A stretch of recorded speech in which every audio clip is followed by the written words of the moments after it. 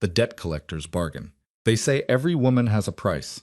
Mine was paid by my own father, handed over like damaged goods to settle a debt I never owed. One moment I was invisible, cast aside by a husband who needed an heir I couldn't give him. The next I was currency, property, a sex sacrifice dragged into the shadows of Manhattan's most feared crime lord. But in Victor Calderon's world of monsters and secrets, I discovered something unexpected. The broken pieces of myself might be exactly what's needed to shatter a curse no one else could break. The apartment smelled like burnt coffee and desperation. Ara had learned to recognize that particular combination over the past 6 months, ever since Marcus walked out, leaving nothing but divorce papers and a note that said, "I deserve a real family." She stood at the kitchen counter now, hands wrapped around a chipped mug, staring at water stains on the ceiling that looked like accusatory faces. Ara, did you pick up milk? Her younger sister, Riley's voice, cut through from the bedroom they shared, the one with the door that didn't close all the way. We couldn't afford it. Ara's voice came out flat. She had stopped apologizing for things like that weeks ago. There's powdered stuff in the cabinet. Riley appeared in the doorway, 17, and still believing the world would eventually make sense. Her dark hair was pulled back in a messy ponytail, her NYU acceptance letter clutched in one hand like a talisman. Dad said he would have money today. He promised Ara. Ara didn't respond. Their father's promises had the lifespan of ice cream in July. Thomas Whitmore had once been a controller for a shipping company, the kind of man who wore ties and read the financial section. Now he was whatever came after that, something hollowed out, held together by betting slips and the conviction that his luck would turn on the next hand. It never did. "You should eat something," Ara said instead, reaching for the package of store-brand crackers. "I've got the late shift at the diner. I won't be back until..." The door exploded inward. Not knocked, not opened. Exploded. The cheap wood splintered around the lock as two men filled the doorway like storm clouds taking human shape. The first one was massive, his neck thick as a fire hydrant, shoulders that had to turn sideways to fit through the frame. The second was smaller, leaner, with eyes that moved like a snake tracking prey. Thomas Whitmore. The lean one's voice was silk over razors. "We're here about the money." Riley made a sound, something between a gasp and a whimper. Ara moved without thinking, stepping between her sister and the men, the mug still clutched in her hand like the world's most pathetic weapon. "He's not here," she said. Her voice didn't shake. She was proud of that, even as her heart tried to jackhammer through her ribs. "Yeah," the big one smiled. He had a gold tooth that caught the overhead light. "That's unfortunate, because Mr. Volkov doesn't really care about excuses anymore. Your daddy has been making promises for 3 months. We're done with promises. How much?" The words came out before Ara could stop them. The lean man tilted his head, studying her with the interest of someone examining a particularly unusual insect. 73,000 plus interest, plus fees for our time and trouble. Call it an even $100,000. The number hit like a physical blow. Ara felt her knees go liquid. $100,000. Her father, that pathetic broken man, had somehow managed to bury them under 6 figures of debt to people who broke down doors in Queens at 9 in the morning. "We don't have that kind of money," Riley said from behind her, her voice small. "We don't have any money." We noticed. The lean man stepped further into the apartment, his shoes clicking against the worn linoleum. He looked around with the disdain of someone touring a landfill. "This place looks like it's worth about $12 and a subway token. So, here's what's going to happen. I can get it." Ara heard herself say the words, watched the men's attention snap back to her. "Just give me time. I'll get you the money."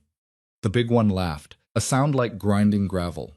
"You, lady? You're what, a waitress? You know how long it would take you to scrape together 100 grand? You'd be dead before you made a dent. Then, what do you want?" The question hung in the air like smoke. The lean man's smile grew wider, and something cold slithered down Ara's spine. "Mr. Volkov is a practical man," he said. "He understands that sometimes cash isn't the only currency worth having. He's got business associates, powerful men with particular tastes, men who pay well for." His eyes traveled down Ara's body, then slid past her to Riley. "Fresh acquisitions." "No." The word came out like a gunshot. "Absolutely not. I wasn't asking your permission, sweetheart. Your father put up collateral when he took the loan. His family. That means you and the kid belong to us until the debt is clear." Riley grabbed Ara's arm. "Ellie." The apartment door opened again. Thomas Whitmore stumbled through, and Ara felt something inside her chest crack and crumble. Her father looked like he hadn't slept in days. His hair greasy, his shirt buttoned wrong, his eyes red-rimmed and desperate. But it was the look on his face that destroyed her. Not surprise at the men in his apartment. Not confusion, recognition. "I told you I needed more time," Thomas said to the lean man, his voice ready with panic. "I've got a sure thing coming through next week. Big race at Belmont. I've got inside information. I just need Mr. Whitmore." The lean man's voice cut through Thomas's babbling like a knife through wet paper. "We're past that. We're at the collection phase now." Thomas's eyes darted to his daughter's. Something flickered across his face. Shame, maybe, or the ghost of whatever he had been before the gambling ate him alive. But when he spoke, the words came out like he had been practicing them. "Take Ara." The silence that followed could have swallowed the world. "Dad." Riley's voice broke on the word. Thomas wouldn't look at either of them. He stared at the wall above the lean man's shoulder, his jaw working. Ara is the older one. She has already been married. She knows how things work. Riley is just a kid. She has got college ahead of her. She has got potential. "You piece of." Ara's voice came out so calm it surprised her. No screaming, no crying, just a flat statement of fact. "You're actually doing this. I don't have a choice." Now Thomas looked at her, and his eyes were wet. "They'll take both of you if I don't choose. At least this way, Riley has a chance. She can still. Yeah, she'll have a great life knowing her father sold her sister like a used car." Ara laughed, and the sound felt like breaking glass in her throat. "That'll look great on her therapy bills." The big man moved then, his hand closing around Ara's upper arm with bruising force. She didn't fight. What would be the point? Riley was screaming something. Thomas was making noises that might have been words, but Ara just stood there, feeling the last threads of whatever held her to this family snap, one by one. "Wait." The lean man held up a hand. The big one stopped, dragging Ara toward the door. "Mr. Whitmore, let me make sure I understand. You're offering your daughter this one specifically in exchange for canceling the debt." Thomas nodded so hard Ara thought his neck might snap. "And you understand what you're actually offering. Not just labor, not just service. You understand the nature of Mr. Volkov's business associates and what they require." Another nod, smaller this time. "Say it out loud," the lean man commanded. "I want to hear you say exactly what you're selling." Thomas's mouth opened and closed twice before sound came out. I'm giving you Ara to do whatever you need to do to settle the debt. And why Ara? Why not the younger one? Because." Thomas swallowed hard, and Ara let him do it. She watched him choose the words that would destroy whatever microscopic shred of their relationship might have survived. Because she's already damaged. Her husband left her because she can't have kids. She's barren. She's used up. But Riley's still got her whole life ahead of her. She's perfect. She deserves. Okay. Ara's voice cut through her father's justifications like a blade. "Okay, I'll go." Everyone stopped. Riley was crying, still clutching Ara's other arm. The lean man raised an eyebrow. "You'll come willingly? Do I have a choice?" "Not really. But cooperation makes things easier." Ara looked at her sister, really looked at her. Riley with her acceptance letter and her dreams and her stupid, stubborn belief that hard work and good grades would build a life that mattered. Someone in this family should get to keep that belief intact for a while longer. "Let me get my coat," Ara said. The lean man nodded to the big one, who released her arm. Ara walked to the small closet by the door, moving carefully like any sudden movement might shatter the strange calm that had settled over her. She pulled out her winter coat, a thrift store find, navy blue with buttons that didn't quite match, and shrugged it on. Riley grabbed her hand. "Ellie, you can't. We'll figure something else out." "Will, there's nothing to figure out." Ara squeezed her sister's fingers once, hard enough to hurt. "You're going to go to NYU. You're going to study whatever you want and become whoever you're supposed to be. Don't let this define you." "How can it not? They're taking you because of Dad's gambling. Because he chose me over you. Because I'm choosing this." Ara pulled her hand free, turned to face the two men who had come to collect her like a repo man claiming a car. "I'm choosing to protect you. That's different. Remember that." The lean man made an approving sound. "Touching. Let's go." They walked her down 4 flights of stairs, past Mrs. Chen's apartment where the smell of dumplings usually made her stomach growl, past the broken mailboxes in the lobby that had been broken since she was 12. The morning sun hit her face as they stepped outside, too bright, too normal for what was happening. A black town car idled at the curb, its windows tinted so dark they looked like sheets of obsidian. The big man opened the rear door. "Get in." Ara climbed inside. The leather seats were soft, expensive, the kind of thing she had only experienced in magazines and movies. The door closed with a solid thunk that sounded like a vault ceiling. She was alone in the back. The lean man took the passenger seat. The big one drove. They pulled away from the curb, and she didn't look back. She couldn't. If she looked back and saw Riley standing in the window of their fourth-floor apartment, she might actually break. "First time in Manhattan?" the lean man asked conversationally, like they were friends heading to brunch. Ara didn't answer, strong, silent type. "That's fine. Mr. Calderon appreciates discretion." That name, Calderon, landed with weight. Even in Queens, even in her small, contained life of double shifts and overdue bills, she had heard whispers about Victor Calderon. He was the man who owned half of Manhattan's underground, who controlled enterprises that ranged from legitimate real estate to things that happened in basements and back rooms. A ghost story that businessmen told to scare each other straight. And now she was being delivered to his door, like Chinese takeout. The city changed as they drove. Queens gave way to neighborhoods with trees, then to glass towers that punched holes in the sky. Then to streets where the buildings looked like they had been standing since robber barons walked the earth. Old money, old power. The car turned onto a tree-lined street that belonged in a movie about Gilded Age Manhattan. Mansion facades, stretched like a row of teeth, each one worth more than everyone Era had ever known would earn in their combined lifetimes. The car slowed in front of an iron gate that looked like it had been forged to keep out armies. The gate swung open silently. They drove up a circular driveway to a house, no, an estate, that made her brain stutter. Gray stone, ivy climbing like deliberate decoration, windows that reflected the sky like dark mirrors. It looked like somewhere presidents might visit, somewhere history got written, somewhere a girl from Queens had absolutely no business being. The car stopped. The big man opened her door. Out. Era stepped onto gravel that crunched under her second-hand boots. The front door of the mansion was already opening, revealing a woman in her 50s wearing what looked like a uniform. A black dress, a white apron, her hair pulled back so tight it probably hurt. Her face could have been carved from granite. "This her?"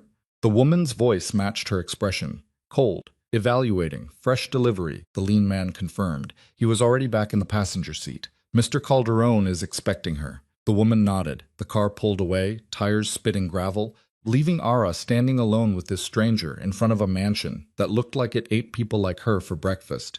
Name: Ara. Ara Whitmore. Forget that name. In this house, you're nobody until you earn the right to be somebody. Follow me. The woman turned and walked inside. Ara followed because there was literally nothing else to do. The entrance hall made her stop breathing for a second. Marble floors, a chandelier that probably cost more than her entire apartment building, stairs that curved up into shadows, art on the walls that looked old and important, and completely wasted on someone who had never been inside a museum. But it was cold. Despite the obvious wealth, despite the beautiful things arranged like museum pieces, the whole place felt frozen, like a mausoleum decorated by someone with impeccable taste and no soul. Through here, they walked down a hallway that seemed to stretch forever, then descended a set of stairs that took them below ground level. The temperature dropped with each step. The decor changed, too. Less marble and art, more concrete and industrial lighting. They were in the basement, Era realized. Or a basement. This place probably had several. The woman pushed open a heavy door, and sound hit Era like a wave. Crying, whispering, the shuffle of feet on concrete, the smell of unwashed bodies and fear. The room beyond was huge. Some kind of converted storage space or wine cellar, and it was full of women. Era's count stopped at 15 before her brain refused to keep tracking. They ranged from teenagers who looked younger than Riley to women in their 30s, all wearing the same expression of hollow-eyed terror. Some sat on thin mattresses scattered across the floor. Others stood in small groups talking in whispers. All of them looked at Ara when she entered, measuring her with the cold calculation of people who had learned that everyone was competition for survival. New arrival, the granite-faced woman announced to the room. "Process her." 2 women approached. One was maybe 25 with Asian features, and a scar that cut through her left eyebrow. The other was older, Latina, with eyes that had stopped reflecting anything but exhaustion. "Come on," the scarred one said, not unkindly. "You're going to want to get this part over with." They led Ara to a corner where a tattered curtain hung from a wire, creating the illusion of privacy. Behind it sat a metal folding chair and a cardboard box full of what looked like uniforms. Gray dresses, all identical, all sized for nobody in particular. "Strip," the old said. "Everything. Clothes, jewelry, anything personal. It all goes in this bag." She held up a plastic garbage bag like she had done this 1,000 times before. Why? Ara's hands didn't move to her coat buttons, because in this place, you don't own anything, not even yourself. The sooner you accept that, the easier this gets. The scarred woman's voice was flat, reciting facts. "They'll inventory your belongings. If you earn privileges, you might get some of it back. Probably not." Ara looked at the bag, at the identical gray dresses, at the two women who had been where she was standing now, who had crossed the same threshold from person to property. She started unbuttoning her coat. The process was quick and mechanical. Coat, sweater, jeans, socks, boots.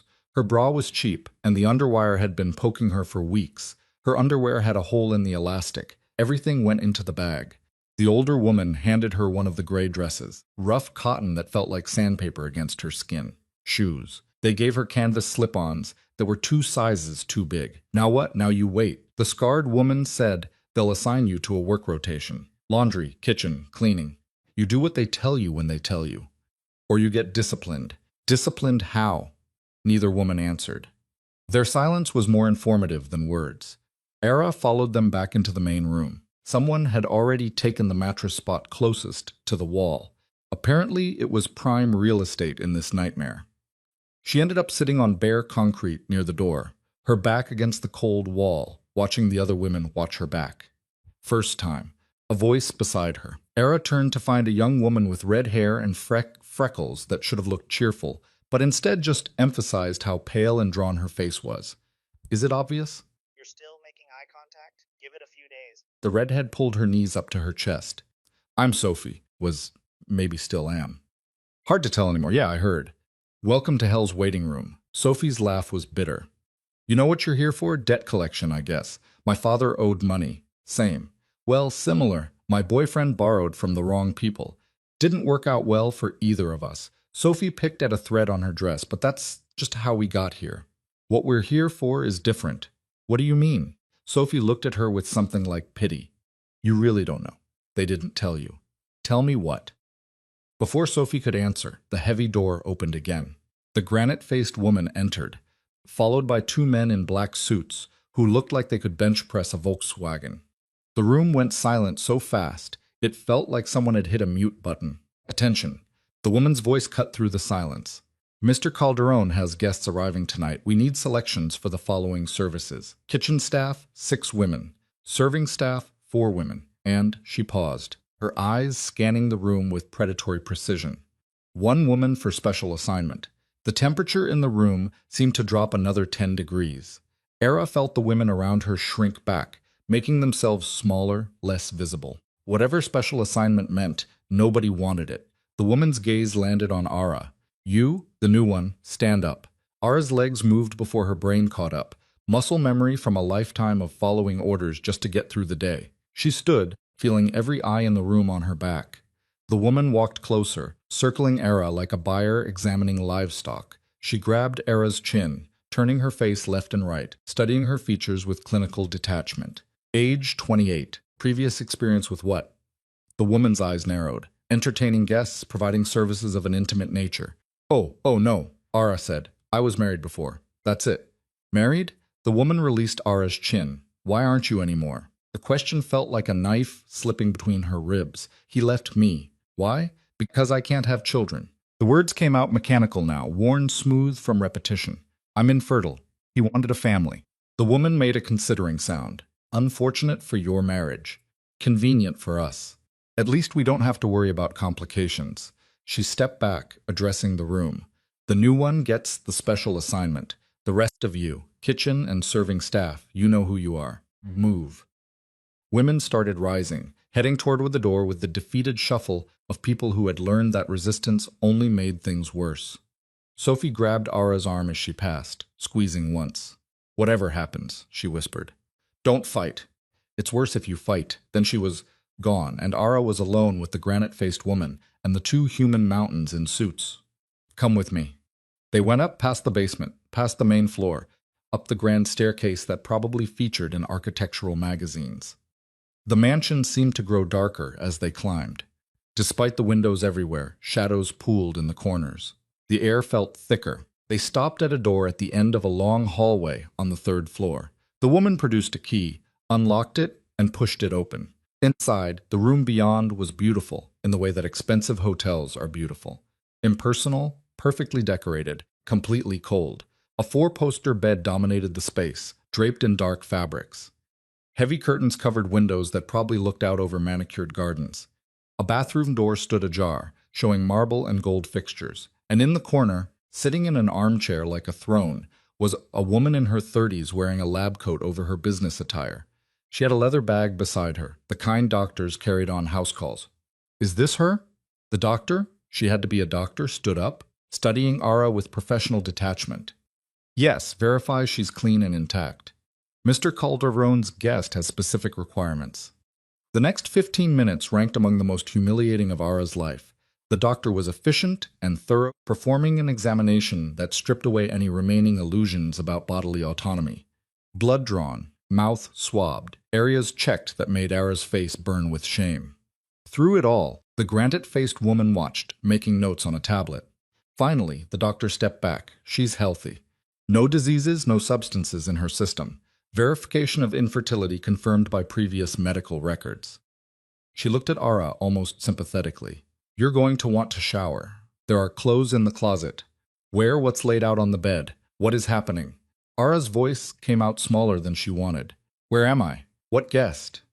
The granite-faced woman actually smiled. It looked painful, like her face wasn't built for the expression.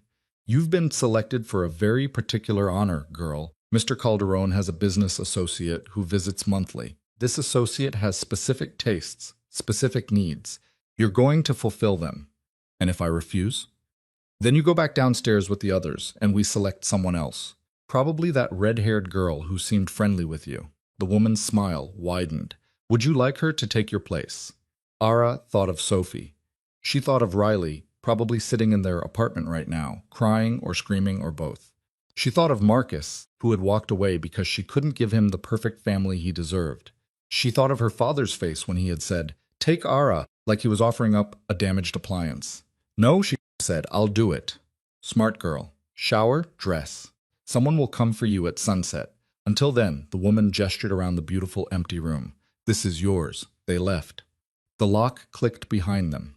Ara stood in the center of the room, still wearing the two big canvas shoes and the rough gray dress, and felt the last threads of her old life dissolve.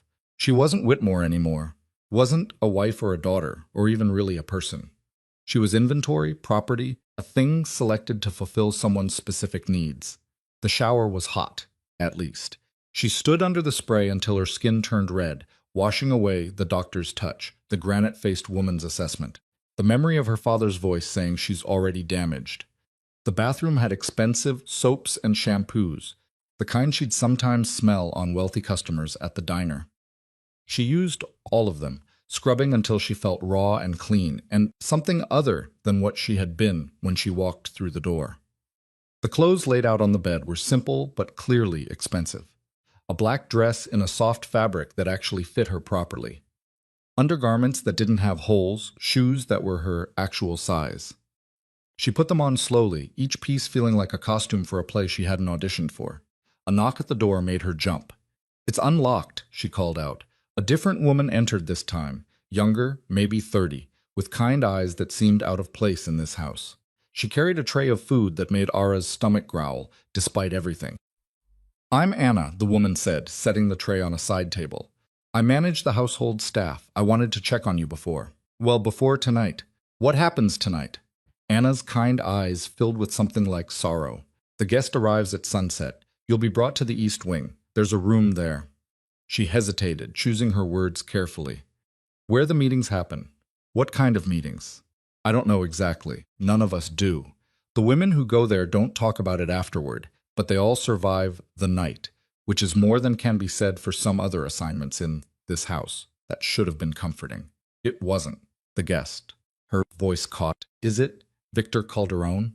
Anna's expression shuddered. Mr. Calderon has many business associates. I can't speak to which one you'll be meeting, but I can tell you that if you cooperate, if you do what you're told, you'll be treated better than the women downstairs. You'll have this room, regular meals, some small freedoms in exchange for. For what? For telling stories. Ara blinked. What? The guest requires entertainment. Stories specifically. Each night from sunset to sunrise. That's what the other women have done. They tell stories, and in return they survive until morning. Anna moved toward the door. Eat, rest. Someone will come for you when it's time. She left before Era could ask the 1,000 questions suddenly screaming in her head. Stories. That was the specific requirement. Just stories. It felt like a trap, a lie. Nothing in this nightmare mansion was that simple, but her stomach didn't care about suspicion, and the food on the tray smelled incredible.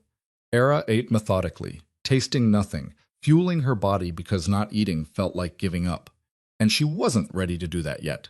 The light outside the windows shifted from afternoon gold to evening amber to the deep blue of approaching night.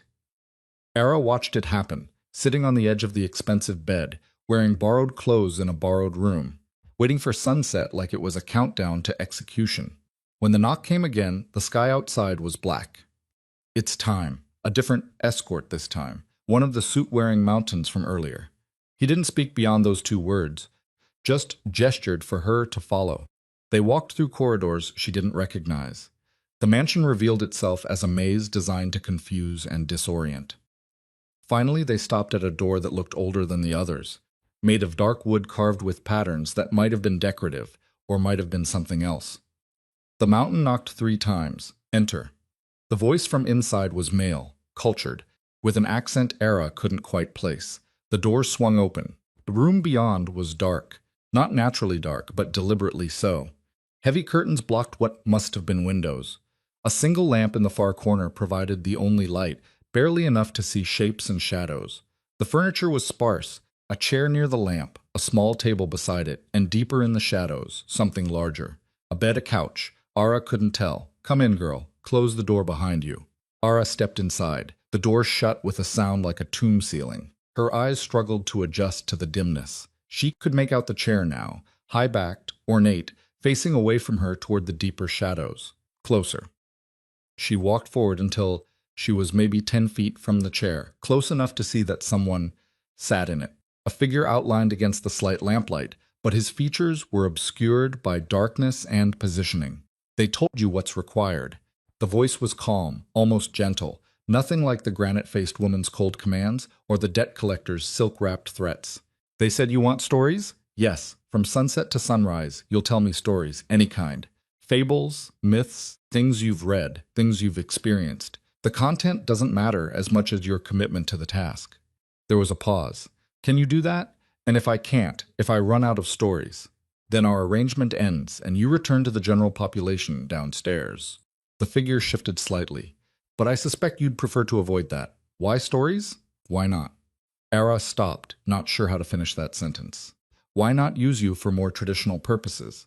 The voice held dark amusement. Because stories are what I require. The women before you understood this, some better than others. The one who lasted longest managed 43 nights. The shortest lasted 3. What happened to them? Nothing violent, if that's your concern. When they could no longer provide what I needed, they were reassigned. Some to household duties, others sold to lesser enterprises. Their fates varied based on their skills and their compliance. Sold like furniture, like cars. Do I have a choice? You chose to enter this room.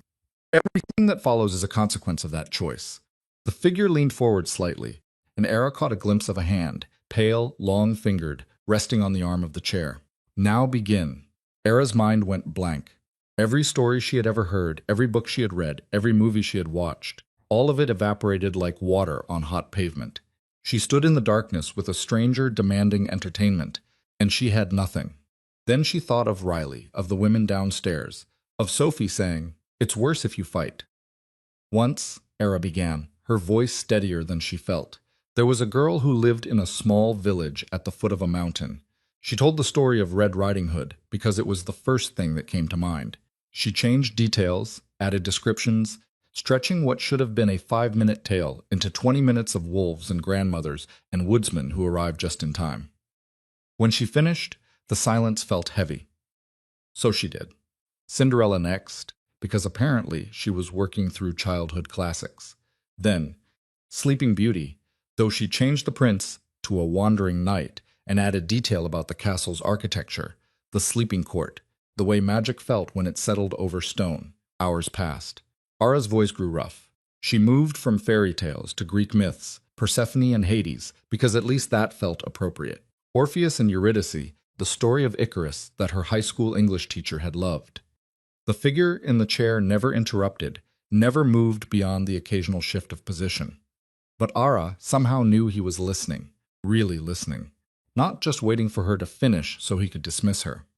When she ran out of myths, she started making things up. A story about a girl who could speak to birds. A tale about a kingdom where every lie created a flower and every truth made one wilt. She wove words into the darkness, filling the shadowed room with imaginary people doing imaginary things.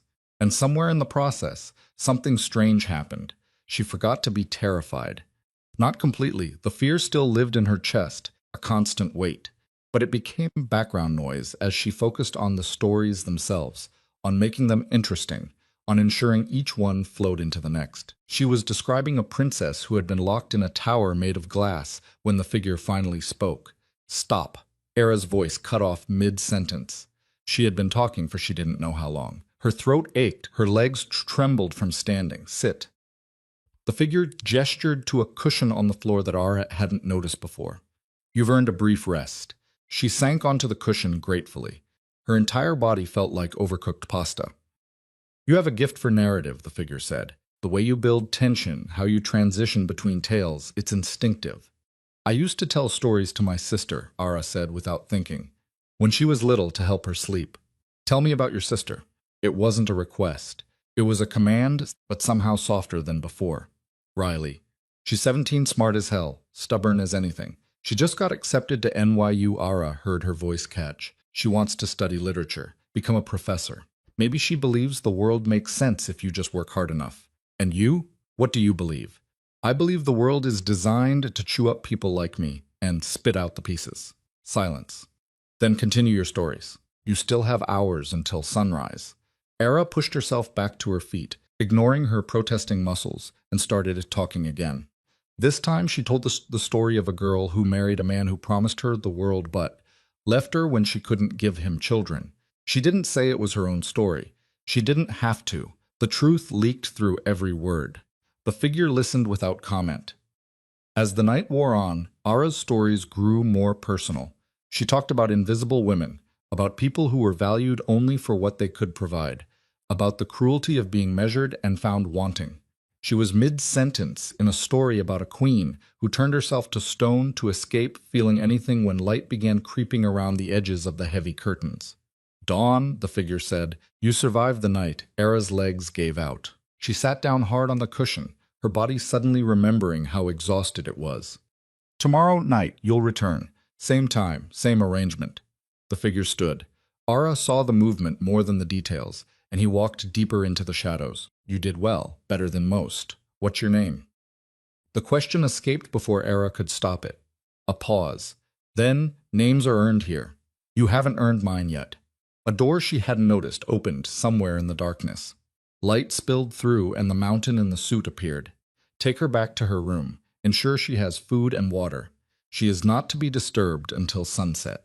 The mountain gestured for Ara to follow. She struggled to her feet, every muscle screaming, and walked toward the light on legs that barely functioned. At the threshold, she looked back. The room was too dark to see anything clearly, but she felt eyes on her, watching, measuring, maybe, though this seemed impossible, appreciating. Then the door closed and she was back in the bright normal hallway, being escorted to her beautiful empty room, like nothing extraordinary had just happened. Anna was waiting when Ara stumbled inside. She had food again, and water, and what looked like medicine for Ara's raw throat. You made it, Anna said, and the relief in her voice was genuine. The first night is always the hardest. Era took the water, drank half the glass in one go. How many nights am I expected to do this? Until you can't anymore. Or until. Anna stopped herself. Until what? Until the arrangement changes. Sometimes it does. Not often, but sometimes. Anna moved toward the door. Sleep now, you'll need your strength.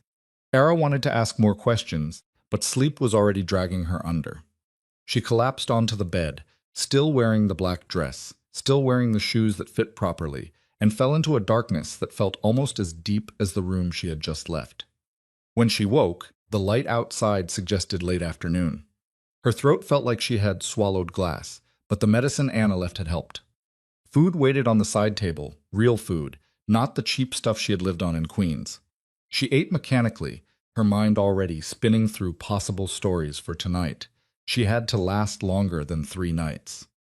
She had to prove she could provide what this mysterious guest needed, because the alternative was going back downstairs, and she had seen the hollow eyes of the women there.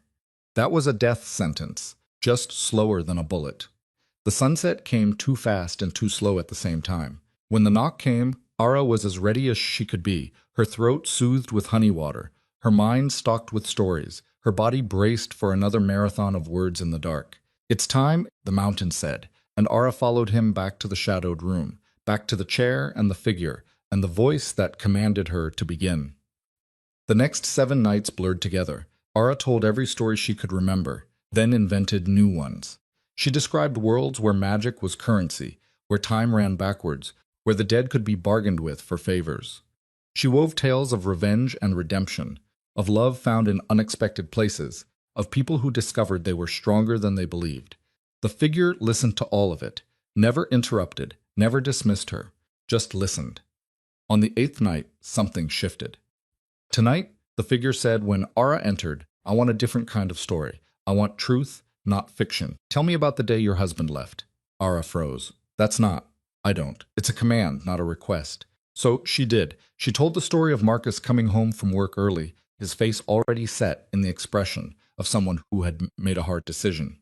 The envelope he had handed her with divorce papers already filled out.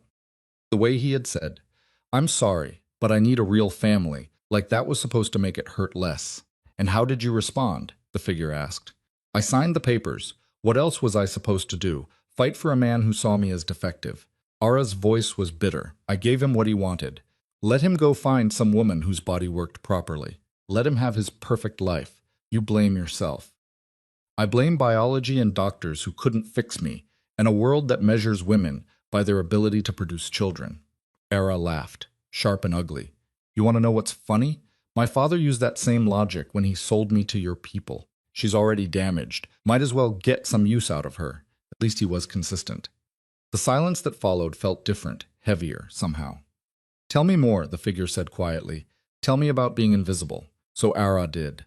She talked about working double shifts at a diner, where customers looked through her like she was furniture. About sitting in waiting rooms at fertility clinics, feeling like a failure every time a test came back with the same answer. About the way her father stopped meeting her eyes after Marcus left, like her inability to keep a husband was somehow contagious. She talked until her voice broke, until tears were running down her face, until she was empty of everything except the raw, bleeding truth of what it felt like to be measured, and found wanting over and over and over again. When dawn came, she could barely stand. "Tomorrow," the figure said, "we'll continue. You're beginning to understand what I actually need from you." Ara didn't understand at all, but she nodded anyway, too exhausted to argue, and let the mountain escort her back to her room. That day, Anna brought different food, comfort food, mac and cheese like Riley used to make, chocolate that melted on Ara's tongue, tea that tasted like childhood. "You're doing better than anyone expected," Anna said. "Mr. Calderon is pleased." "The guest, you mean?" Anna's expression flickered, something quick and unreadable. "Yes, the guest." That night, Ara returned to the shadowed room and found something new waiting. A second cushion positioned across from the first. "Sit," the figure commanded. She sat. "Tonight we talk. No stories, just conversation. Tell me why you agreed to come here instead of fighting." "Because fighting would have meant my sister taking my place. Loyalty. Admirable. But there's more to it than that." Ara thought about lying, about giving some noble answer that made her sound heroic.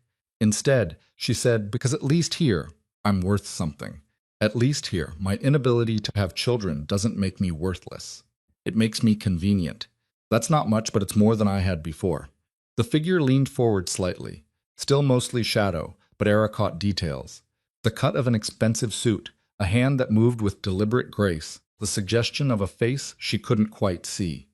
You're smarter than you pretend to be, the figure said. You understand the transactions that govern this world. I understand that everything has a price, including people, especially people. Ara pulled her knees up to her chest. What I don't understand is why you need stories. Why not just use the women for whatever actually makes money? Why this elaborate setup? Because stories are how we understand ourselves, how we process the unpossessables, how we find meaning in chaos. The figure's voice dropped, and because sometimes the most valuable thing a person can offer isn't their body, it's their perspective, their humanity. Pretty words from someone who bought me like furniture. I didn't buy you. Mr. Calderon's organization did.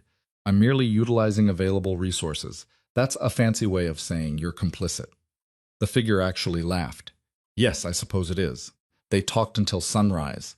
Really talked. Not the one-sided storytelling of previous nights. The figure asked questions about her life before the mansion, about her dreams and disappointments, about what she had wanted to be before reality got in the way. Ara found herself answering honestly, maybe because she was too tired to lie. Maybe because something about the darkness made confession feel safe. As dawn started creeping around the curtains, the figure said, "Tomorrow night, I have a question for you. Think about your answer carefully. What's the question? If you could leave this place right now, walk out the door with no consequences, would you?" Era opened her mouth to say, "Of course," then stopped because the honest answer was more complicated than that. Where would she go? Back to Queens? To her father who had sold her? Back to a life of invisibility and double shifts and studio apartments with water-stained ceilings. "I'll think about it," she said instead. The mountain took her back to her room. Era collapsed onto the bed, but sleep wouldn't come.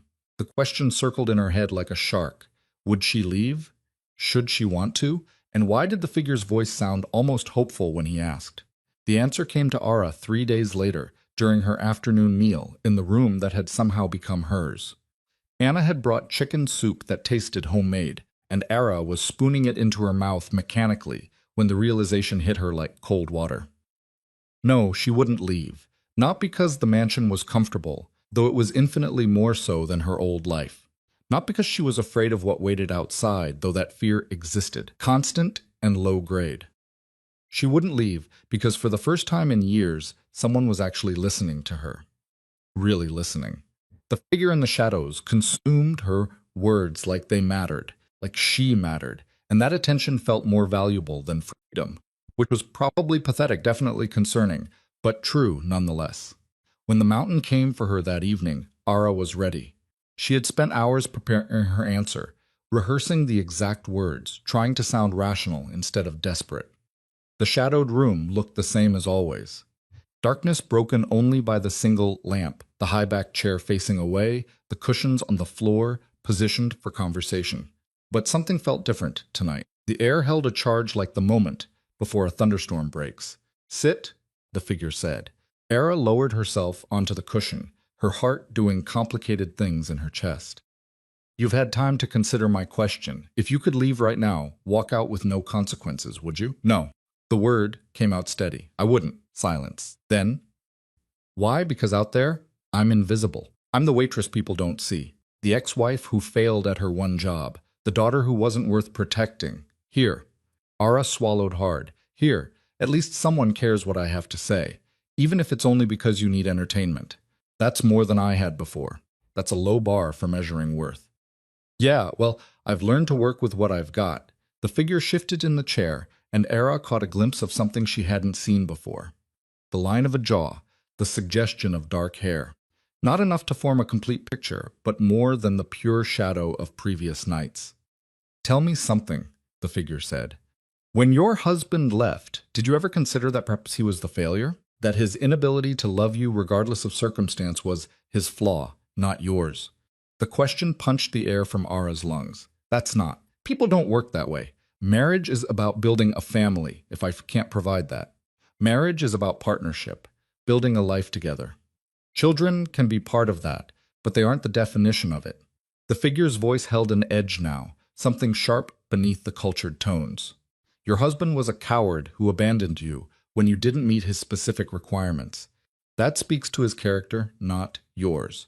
You don't know anything about it, don't I?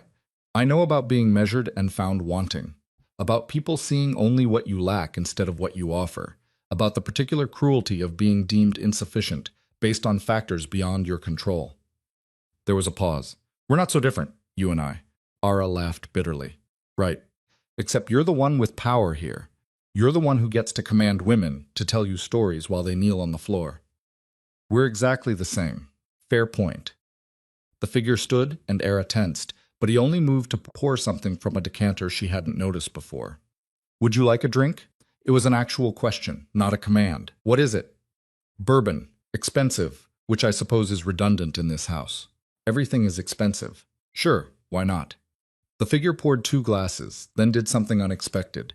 He came closer, stepping into the sphere of lamplight, just enough for Ara to see a hand extended toward her.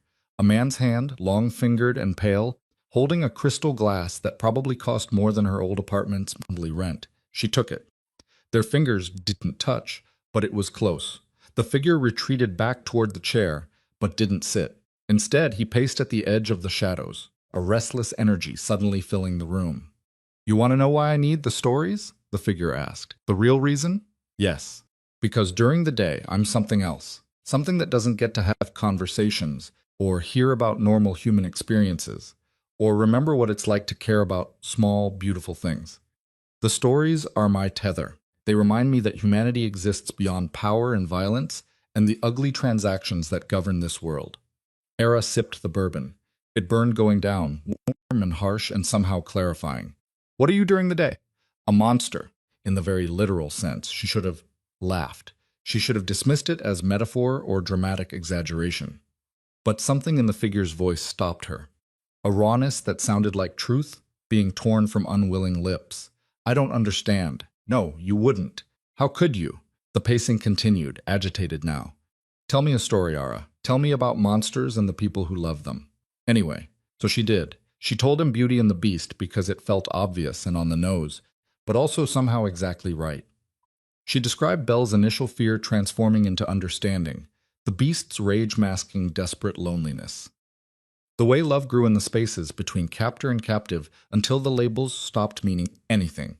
Fairy tales, the figure said when she finished. Always such simple morality. Love conquers all. True beauty is within. The curse breaks and everyone lives happily ever after. You asked for a monster story. That's what you got. Tell me one that's real. Tell me about the monsters in your own life. Era thought about her father, about Marcus, about the debt collectors who had broken down her door. But those felt too easy, too external. So instead, she said, the worst monster I ever knew was the voice in my own head. The one that agreed with everyone who said I was broken, that whispered I deserved to be abandoned because I couldn't perform the basic biological function that defines womanhood. That told me I should be grateful anyone wanted me at all, even when wanting meant selling me to pay gambling debts. The pacing stopped. That voice still lives in your head. Yes. And you believe it most days? Yeah, I do. The figure moved then, quick and deliberate, crossing into the lamplight fully for the first time. Ara's breath caught. He was beautiful. Devastatingly, impossibly beautiful in a way that made her chest ache. Dark hair swept back from a face that could have been carved by someone who understood exactly what desire looked like. Sharp cheekbones. A mouth that promised both cruelty and softness. Eyes so dark they looked black in the low light. He wore a suit that probably cost 5 figures, tailored to emphasize broad shoulders and a lean frame.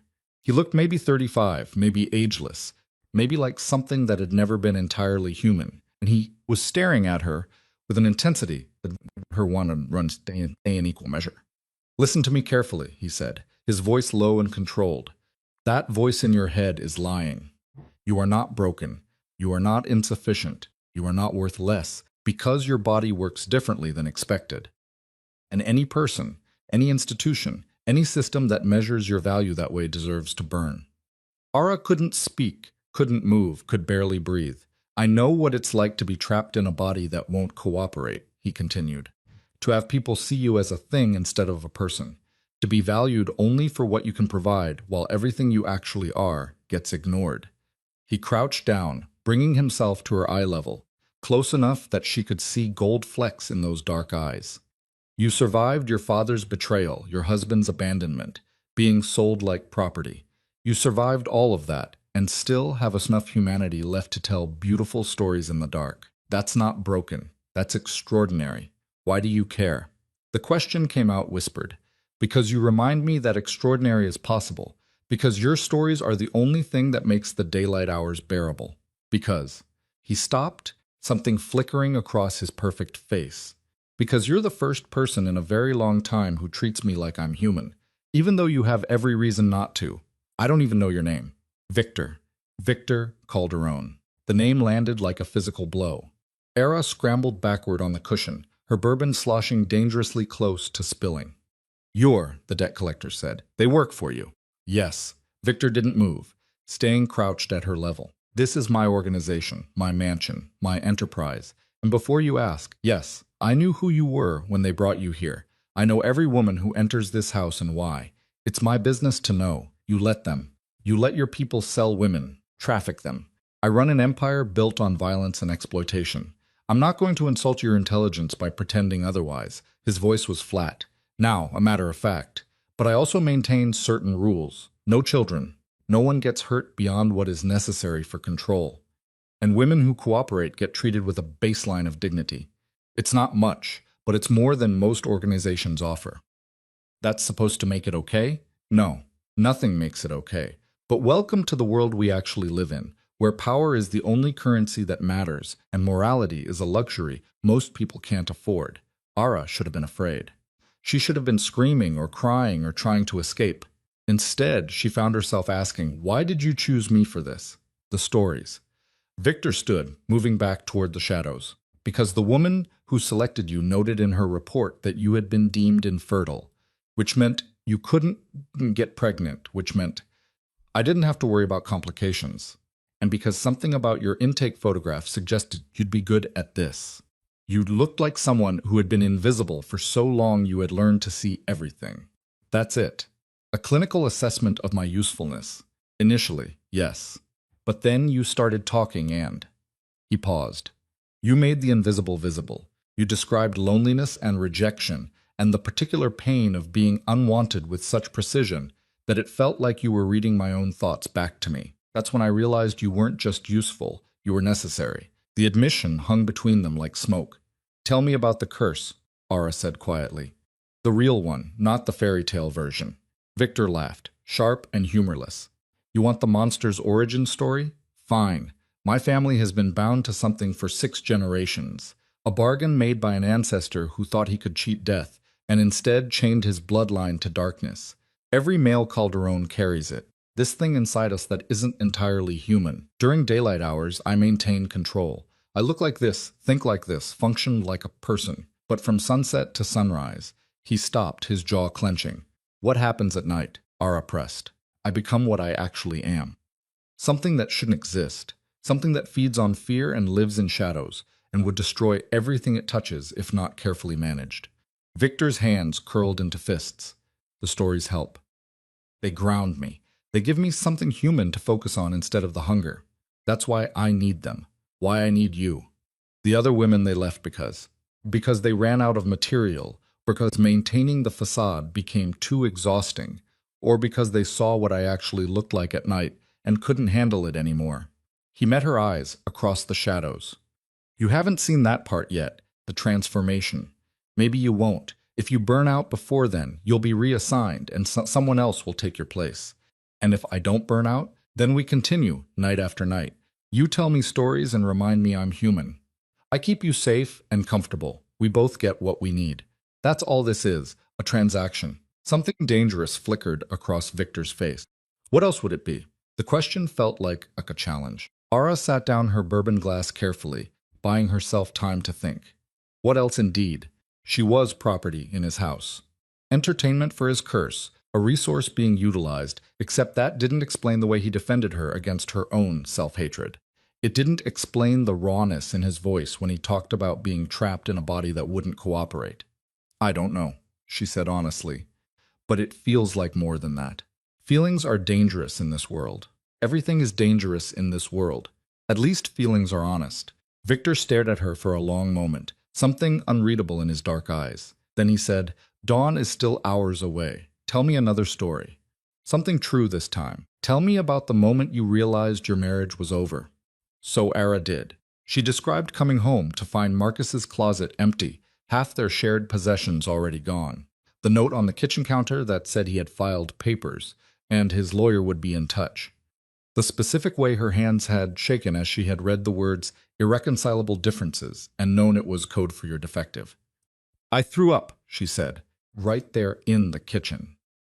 I just bent over the sink and lost everything in my stomach because my body understood what my brain couldn't process yet. That I had been measured and found so fundamentally wanting that my husband couldn't even stay long enough to have a conversation about it." "Did you love him?" I thought I did, but looking back, I think I loved the idea of being chosen, of someone wanting me enough to promise forever. When he left, it wasn't him I mourned. It was the proof that I was worth choosing. And now Victor asked quietly, "Do you still need that proof?" "I don't know what I need anymore. Everything I thought I understood about myself turned out to be wrong." "Good. That means you're ready to discover what's actually true." They talked until dawn, the conversation flowing easier than it had any right to. Victor asked about her childhood, her relationship with Riley, what she dreamed about before life taught her that dreams were expensive. Ara asked about running a criminal empire, about the specific logistics of managing violence, about what it felt like to know you were feared by everyone who knew your name. When the first hint of light appeared around the curtains, Victor stood abruptly. "You need to leave now." "What's wrong?" "Sunrise. The change is starting. You don't want to see this part." But Ara stayed where she was, watching as Victor's hands began to shake, as shadows seemed to gather around him like living things, as his perfect face contorted with something that looked like agony. "Ara, leave." "No, that's not a request." "It is." His words cut off in a sound that was half gasp, half growl. The shadows thickened, writhing, and Ara caught a glimpse of something changing. His silhouette shifting, expanding, becoming something that didn't fit human proportions. The mountain in the suit crashed through the door, grabbed Ara's arm, and physically dragged her from the room. The last thing she saw was Victor collapsing to his knees, his suit tearing as his body twisted into something else, his face transforming into. The door slammed shut. "Are you insane?" The mountain, Ara realized. She had never learned his name, practically threw her into the hallway. "When Mr. Calderon tells you to leave, you leave. What happens to him? None of your business. You're fed. You're clothed. You're treated better than anyone in your position has a right to expect. Don't push it." He escorted her back to her room with a grip that would definitely leave bruises. Anna was waiting inside, looking worried. "What did you do?" Anna asked the moment the door closed. "I stayed too long. I saw something I wasn't supposed to see. The transformation. The beginning of it." "What is it, Anna? What actually happens?" Anna moved to the window, staring out at gardens bathed in early morning light. "I've worked in this house for 12 years. I've seen 6 women rotate through your position. Only one ever saw Mr. Calderon's true form and lived to talk about it. What happened to her? She lasted 43 nights. Then she requested reassignment and got sent to manage one of his legitimate businesses upstate. She never came back, never spoke about what she had seen, but she sent me a letter once. Just 2 words. Stay kind. That's not an answer. It's the only answer I can give you." Anna turned from the window. Mr. Calderon is many things. A crime lord, a cursed man, a monster. But he is also the reason women in this house have rules protecting them. The reason we get medical care and food and aren't just used up and thrown away. He maintains some thin thread of humanity despite everything working against him. The question is, are you going to help him hold on to it, or are you going to run like the others? "I don't want to run." "Then you're either very brave or very stupid, possibly both." Anna headed for the door. "Rest. You'll need your strength. And whatever you think you're starting to feel for him, don't."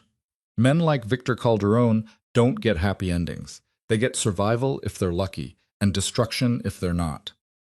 The door closed, leaving Ara alone with her thoughts and the phantom memory of shadows gathering around Victor's collapsing form. She should be terrified, should be demanding reassignment or escape, or anything that didn't involve returning to that room night after night.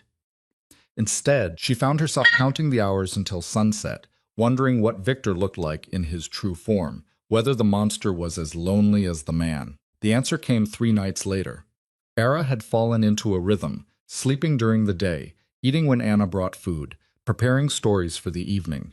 Each night, Victor appeared in human form, asked her questions that cut deeper than she expected, and listened to her answers like they contained secrets to the universe.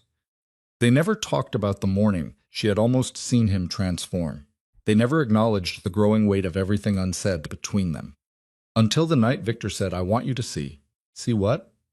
"What I actually am, the thing the curse makes me. You asked before, and I deflected, but you've lasted longer than anyone except one other woman, and you've earned the right to know what you're dealing with."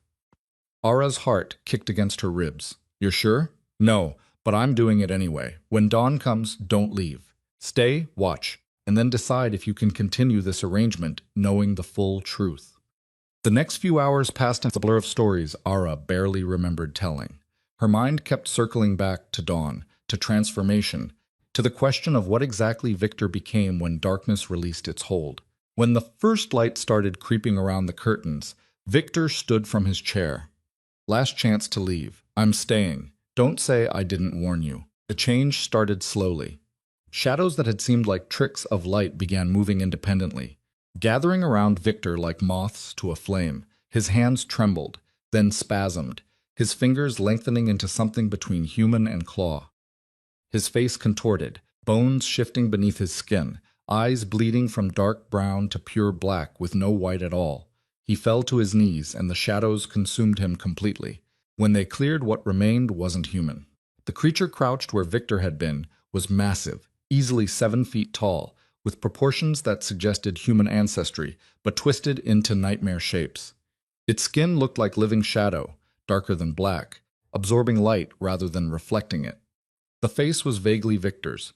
She could see echoes of his bone structure, but distorted, elongated, with a mouth that held too many teeth. But the eyes were the same, dark and aware, and looking at her with the same intensity Victor always had. The creature made a sound, something between a growl and a sob. It turned away, hunching its shoulders like it could hide what it had become. Era stood on shaking legs. Every instinct screamed at her to run, to get away from the monster that couldn't possibly be the man she had been talking to for weeks. But she thought about Victor's voice, saying, "You're extraordinary," about the way he had listened to her stories like they were precious, about the loneliness that leaked through every word he spoke. She took a step forward. The creature's head whipped around, those black eyes going wide. "Victor." Her voice came out steadier than she felt. The creature made another sound, this one almost like a question. "It's still you, isn't it? Under all that, you're still in there." A slow nod. Careful, like any sudden movement might send her running. Ara took another step closer. The creature Victor stayed frozen, watching her approach with something that looked almost like fear. "Does it hurt?" she asked. "The transformation?" Another nod, more emphatic this time. "I'm sorry, that is, I can't imagine how awful that must be." The creature's eyes closed. When they opened again, something wet tracked down its shadowed face. Tears, Era realized. It was crying. She crossed the remaining distance and did something incredibly stupid. She reached out and touched its arm. His arm. The shadow skin felt cold and somehow insubstantial, like touching smoke that held weight. "You're still you," she said quietly. "Monster or man or whatever this is. You're still the person who listens to my stories, who told me I wasn't broken, who drinks expensive bourbon and paces when he's agitated. This doesn't change that." The creature made a sound that might have been a laugh or a sob or both. Then, moving very carefully, it reached up and covered her hand with its own massive, clawed one. They stayed like that as full daylight flooded the room, as the creature's form began to shimmer and shift, as shadows peeled away to reveal human skin in normal proportions, and Victor's emerging from the nightmare. He collapsed forward, and Ara caught him without thinking, both of them ending up on the floor in a tangle of exhausted limbs. "You stayed," Victor said, his voice raw. "You actually stayed?" "Yeah, well, I've seen worse," Ara laughed, the sound breaking apart halfway through. "Liar." "Yeah, that was pretty horrible. But it was also you, and..." Ara stopped, not sure how to finish on that sentence. "And I've started caring what happens to you, which is probably stupid and definitely complicated, but there it is. Victor pulled back enough to look at her, his human eyes searching her face. You understand what you're saying? What it means? I understand that we're both trapped in bodies that don't cooperate, that we've both been measured and found wanting by people who didn't matter, that somehow in this nightmare situation, we found something that feels almost like, don't. Victor's hand came up to cover her mouth gently. Don't say it. Not yet. Not until you're sure. Ara pulled his hand away. What if I'm already sure? Then you're insane, and I'm the worst kind of selfish for wanting this anyway. Wanting what? Instead of answering, Victor kissed her. It wasn't gentle or romantic or any of the things first kisses were supposed to be. It was desperate and messy and tasted like bourbon and truth. And Ara felt something crack open in her chest that had been sealed shut since Marcus left. When they broke apart, both breathing hard, Victor said, "This changes everything. I know. I can't protect you if this becomes known. My enemies would use you against me. My organization would see you as a weakness. We'd both be targets. Then we keep it a secret. Ara, I'm already property in this house, already trapped. The only thing that makes it bearable is you. So either we do this, whatever this is, or we go back to pretending we're just captor and captive, and I don't think I can do that anymore." Victor stood, pulling her up with him. "You should rest. We both should. And tonight, when you come back," he paused. "Tonight, everything changes. Be ready." The mountain escorted her back to her room, but his grip was gentler this time, almost respectful. Anna was waiting with food, and questions Ara didn't know how to answer. How do you explain that you just watched a man transform into a nightmare creature, and instead of running, you touched him, that you had kissed him, that you were pretty sure you were falling in love with Manhattan's most feared crime lord? "You saw," Anna said. It wasn't a question. "Yes. And I'm going back tonight." Anna's expression shifted through several emotions before landing on something like resignation. "Then you're braver than I thought, or more damaged. It's hard to tell which. Maybe both. Probably both." That evening, when the knock came, Ara was ready. She had spent the day thinking about Victor's warning that everything would change, trying to imagine what that meant. More conversations, different arrangements, some new phase of this bizarre relationship they had stumbled into. The mountain led her to the shadowed room, but when the door opened, Ara stopped short. The space had been completely transformed. The single lamp remained, but now candles filled the room, dozens of them. Hundreds, maybe, creating pools of warm light that pushed back the shadows. The cushions on the floor had been replaced with actual furniture. A couch, chairs, a small table set with food and wine. And Victor stood in the center of it all, wearing casual clothes instead of his usual suit, looking nervous in a way she had never seen before. "What is this?" Ara asked. "An experiment in being human instead of transactions." Victor gestured to the couch. "Sit, eat if you want. Tonight, we're not captor and captive. We're just two people having a conversation." That's not possible. "Not really." Not with everything that is. "I know, but we're going to pretend anyway.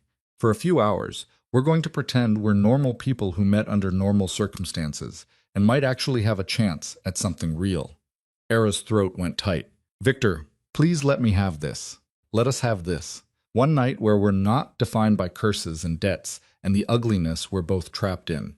So she sat and they talked, really talked, not about monsters or magic or the darkness that haunted them both, but about small things. Favorite books and movies, childhood memories, the specific way New York smelled after rain, all the tiny details that made up a life beyond survival. Somewhere around midnight, Victor said, "Tell me what you'd do if you could have anything. Money? Circumstances? None of it matters. What would you want?" Ara thought about Riley at NYU. About a life where her father hadn't gambled everything away, about being seen as whole instead of broken. "I'd want to matter," she said finally, "not because of what I could provide or who wanted me, but just because I existed. I'd want to take up space in the world and have that be enough." "You already matter too." "Who?" Victor reached across the small distance between them, taking her hand. "You matter to me more than anything has in a very long time. And I know that's dangerous and wrong and probably going to destroy us both, but it's true anyway." Ara squeezed his fingers. "What do we do about it? I don't know. But for tonight, we stop pretending this is just about stories and curses. Tonight, we acknowledge that something else is happening here, something that matters." They stayed up until dawn, talking and kissing and mapping the territory of this impossible thing growing between them. When the light started creeping in, and Victor's hands began to shake with the approaching transformation, Ara didn't leave. She stayed through it, watching him collapse and change, sitting beside the shadow creature and talking until the shift completed and Victor emerged human and exhausted. "Same time tonight?" she asked as the mountain appeared to escort her back. "Same time," Victor confirmed. "Every night for as long as you'll have me." As Ara walked back to her room, she thought about Anna's warning that men like Victor didn't get happy endings, about the impossibility of loving someone cursed and dangerous, about all the ways this could end in disaster. But she also thought about Victor's eyes, human and monster, both looking at her like she was precious, about being seen and chosen despite every flaw and failure, about mattering to someone who understood what it felt like to be deemed insufficient. Maybe happy endings were for other people. But this, whatever this was, felt like enough. For now, it felt like enough. 3 weeks passed in a rhythm that felt almost like normalcy. Ara spent her days sleeping and thinking, her nights talking with Victor in the candle-lit room that had become their sanctuary. They discussed everything and nothing. Philosophy and childhood memories, the mechanics of running a criminal empire, and her favorite songs, the weight of inherited curses and what it felt like to be invisible in a crowded room. And every dawn she stayed through the transformation, watching Victor collapse and change, sitting beside the shadow creature until he returned to human form. Each time it got a little easier, not witnessing the pain that never got easier, but accepting that both versions were him, equally real, equally deserving of care. But 3 weeks of stolen moments couldn't exist in a vacuum, not in a house built on violence and exploitation. Not when the man she was falling for controlled half of Manhattan's underworld. The first crack appeared on a Tuesday. Ara was eating breakfast.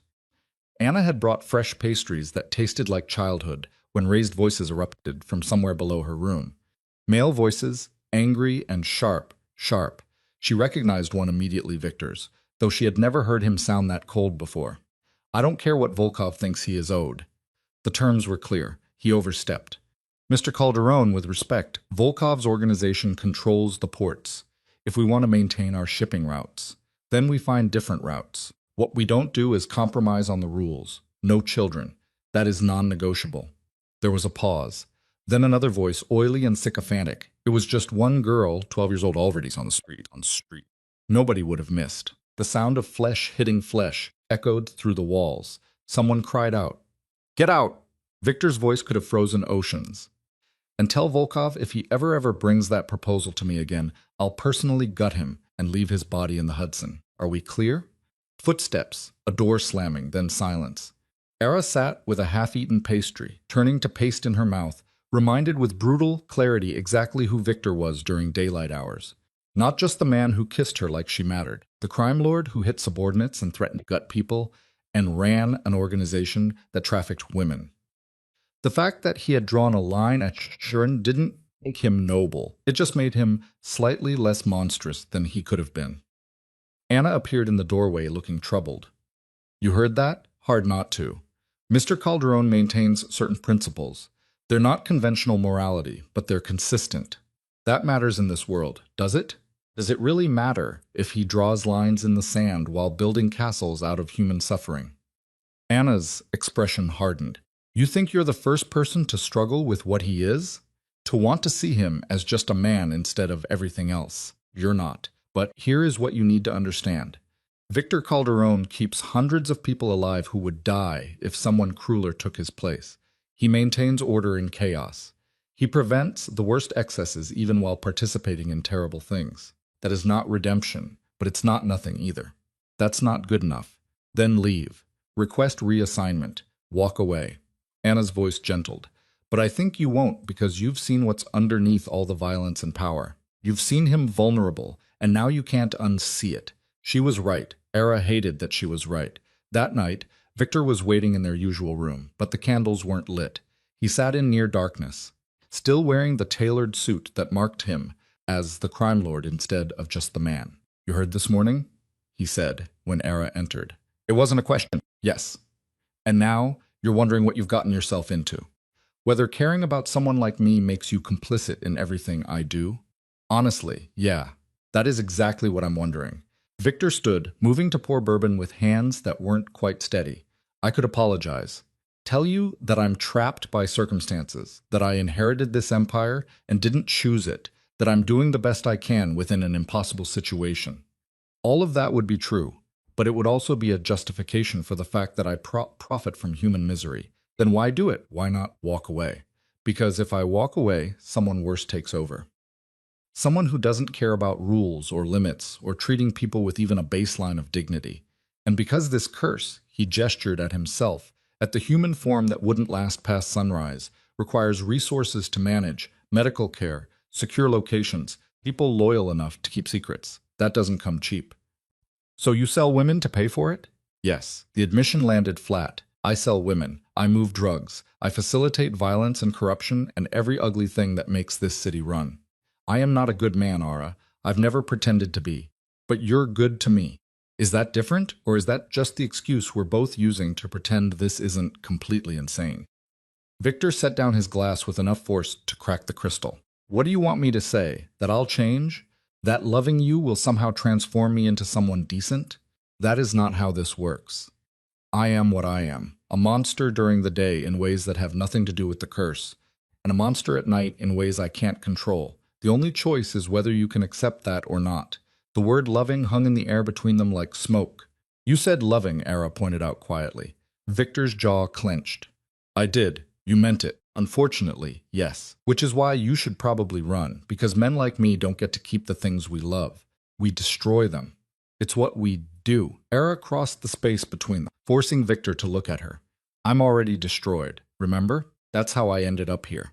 So maybe we skip the part where you try to protect me from yourself and just she stopped, searching for the right words. Just let me decide what I can handle. And what can you handle? I don't know yet, but I know I'm not ready to walk away, even knowing what you are, what you do. Victor pulled her against him, his forehead resting against hers. You're going to regret this. We both are, probably, but at least we'll regret it together. They didn't talk much that night. They didn't need to. They sat tangled together on the couch while Ara read aloud from a book of poetry Anna had brought her. Victor's fingers traced absent patterns on her arm. Both of them were pretending they had more time than they did. When dawn came and the transformation started, Ara held him through it, whispering the poetry, even as his body twisted and changed beneath her hands. The shadow creature that emerged curled around her protectively, making sounds that might have been contentment, and Ara let herself believe just for a moment that maybe they could make this work. The second crack appeared 5 days later. Ara was walking back from the bathroom. She had been granted limited freedom to move around the third floor during daylight hours when she heard crying. Real crying, the kind that came from somewhere deep and broken. She followed the sound to a door she had never noticed before, slightly ajar. Inside, she found Sophie, the red-headed girl from her first day in the basement, sitting on a bed identical to Ara's, sobbing into her hands. Sophie, the girl's head snapped up, her eyes red and swollen. Ara, sorry. I didn't. They said I could have this room, that I had earned it, but I didn't realize you were. It's okay. What happened? Sophie laughed wet and bitter. What do you think happened? I got upgraded, served at one of Mr. Calderon's dinner parties, smiled, pretty, didn't make any mistakes. So now I get a real room instead of a mattress on the floor. Lucky me. That's good, isn't it? Better than downstairs. Sure, until they decide I'm useful for something else. Or until I age out, or until I stop being compliant. Sophie wiped her eyes viciously. You know what the worst part is? I'm grateful. I actually feel thankful for a bed and regular meals and not being hurt every day. That's what this place does to you. It makes you grateful for the bare minimum of human decency. Ara sat beside her on the bed, thinking about her own room, her own meals, the protection Victor afforded her. Yeah, I know what you mean. Do you? Because word is you've got special treatment, that you're sleeping in Mr. Calderon's rooms, that Sophie stopped herself. Sorry, that's not fair. You're trapped here same as me. Am I, though? Trapped, I mean. Or am I just choosing to stay because it's easier than facing what's outside? The question lingered between them. Sophie reached over and squeezed Ara's hand. I heard you're different than the others, that you talk to him like a person instead of a monster, that he actually listens. Is that true? Sometimes, when he's not being exactly what everyone thinks he is, must be nice having someone see you as worth listening to. Sophie's voice cracked. I haven't had that since before my boyfriend got us into this mess. I'm just furniture now. Pretty furniture that serves drinks and smiles on command. You're not furniture, don't. Sophie stood abruptly. Don't give me the pep talk about how I'm still a person with value. I know what I am, what we all are. We're commodities. The only difference is some of us are worth more than others.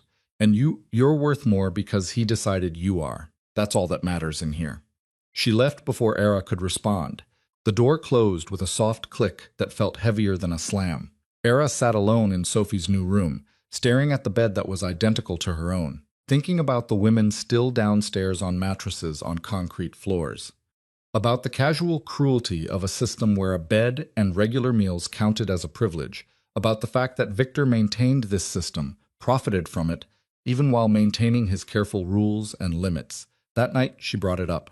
Tell me about the women downstairs, the ones who aren't selected for special assignments. What happens to them? Victor's expression shuddered. They work kitchen, cleaning, laundry. The ones who prove reliable get better assignments. The ones who don't? He stopped. The ones who don't get sold to someone else? Yes. And you're okay with that? With treating people like they're interchangeable parts? I'm not okay with any of it. But I'm also not willing to blow up my entire organization over moral qualms that won't change the fundamental reality. If I shut down tomorrow, 5 other operations would fight to absorb my territory. Those operations have no rules, no limits. The women would be worse off, not better. That's convenient logic. It's true logic. Victor leaned forward, his dark eyes intense. You want me to feel guilty? I do. Every single day. You want me to change everything because it's the right thing to do? I can't, because the second I show that kind of weakness, I'm dead and everyone depending on me, including you, goes down with me. So we just accept it. The suffering, the exploitation, all of it. We accept that the world is ugly and our choices are limited, and sometimes the best we can do is minimize harm rather than eliminate it entirely. He reached for her hand. I know that's not the answer you want, but it's the only honest one I have. Era pulled her hand away. I met Sophie today. She was crying because she was grateful for a bed. Grateful. That's what this place does to people. It makes them so desperate that basic humanity feels like winning the lottery. I know. And it doesn't bother you.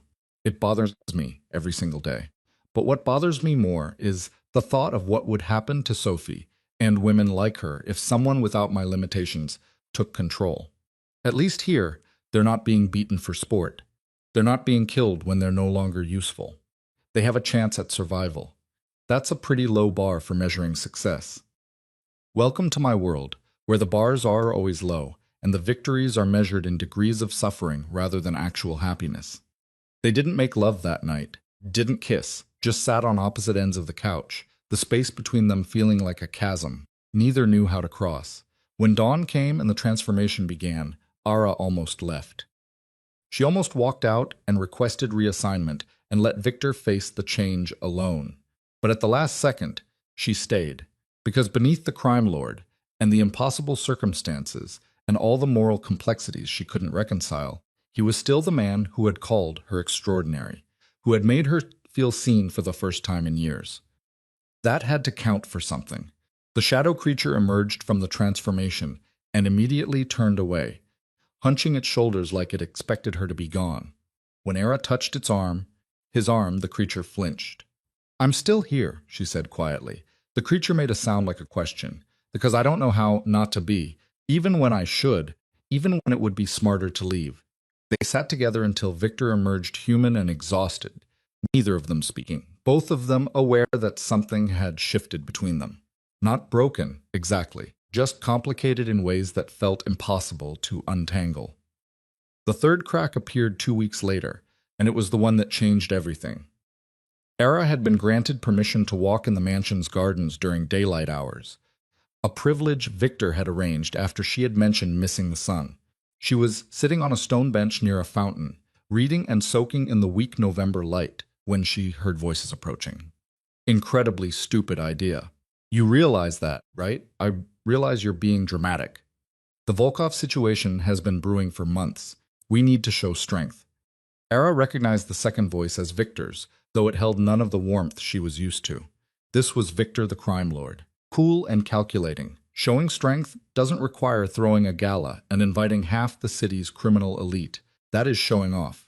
The first voice belonged to someone Era didn't recognize. Male, older, with the crisp diction of someone who had gone to expensive schools. The gala serves multiple purposes. It demonstrates that we're not intimidated. It provides neutral ground for negotiations, and it gives me the opportunity to announce my engagement. Ara's heart stopped. Engagement?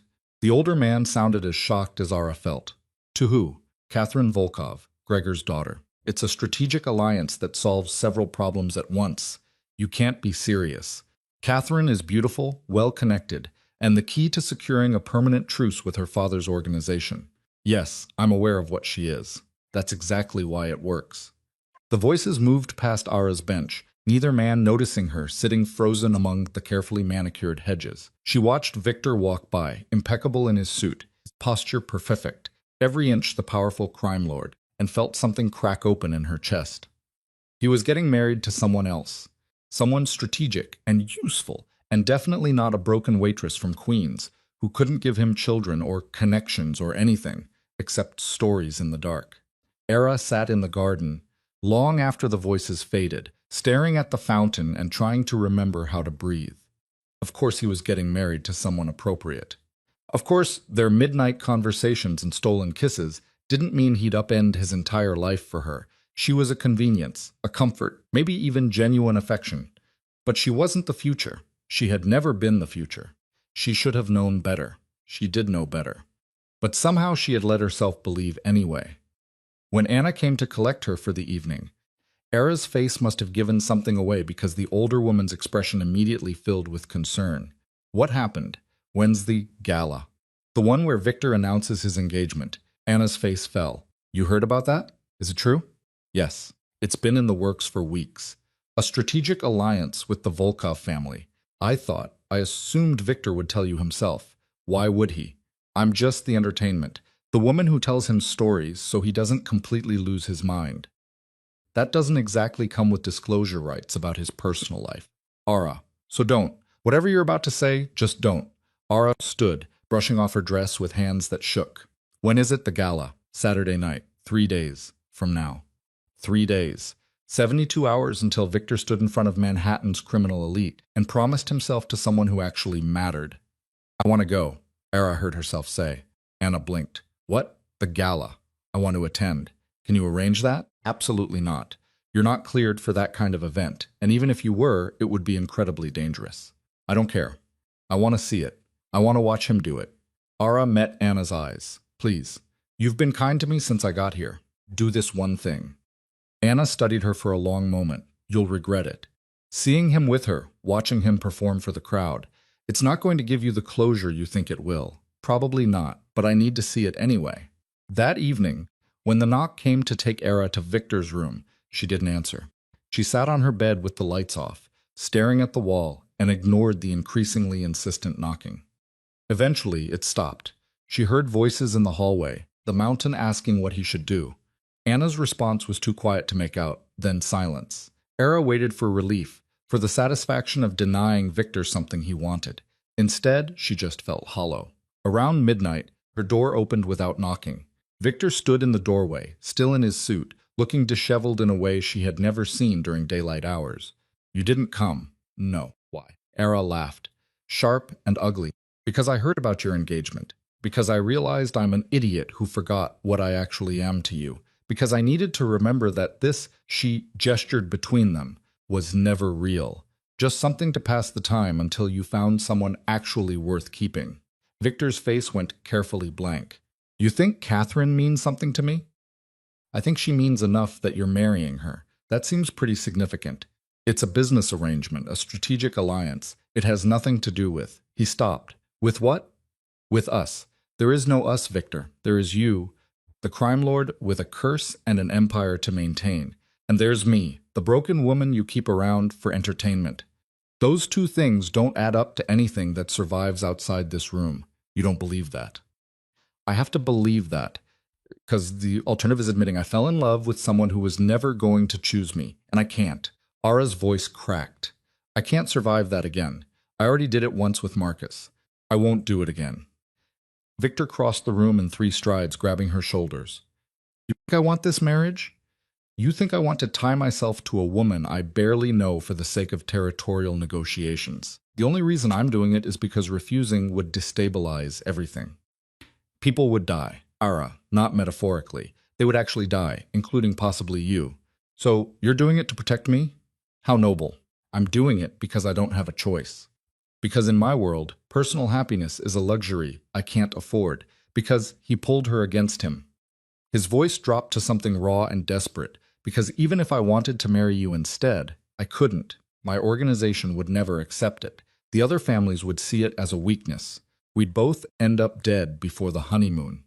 Then what are we doing? What is this? This is me being selfish, taking something I want, even though I know it's temporary, even though I know it's going to hurt us both. Victor's hands came up to frame her face. I love you.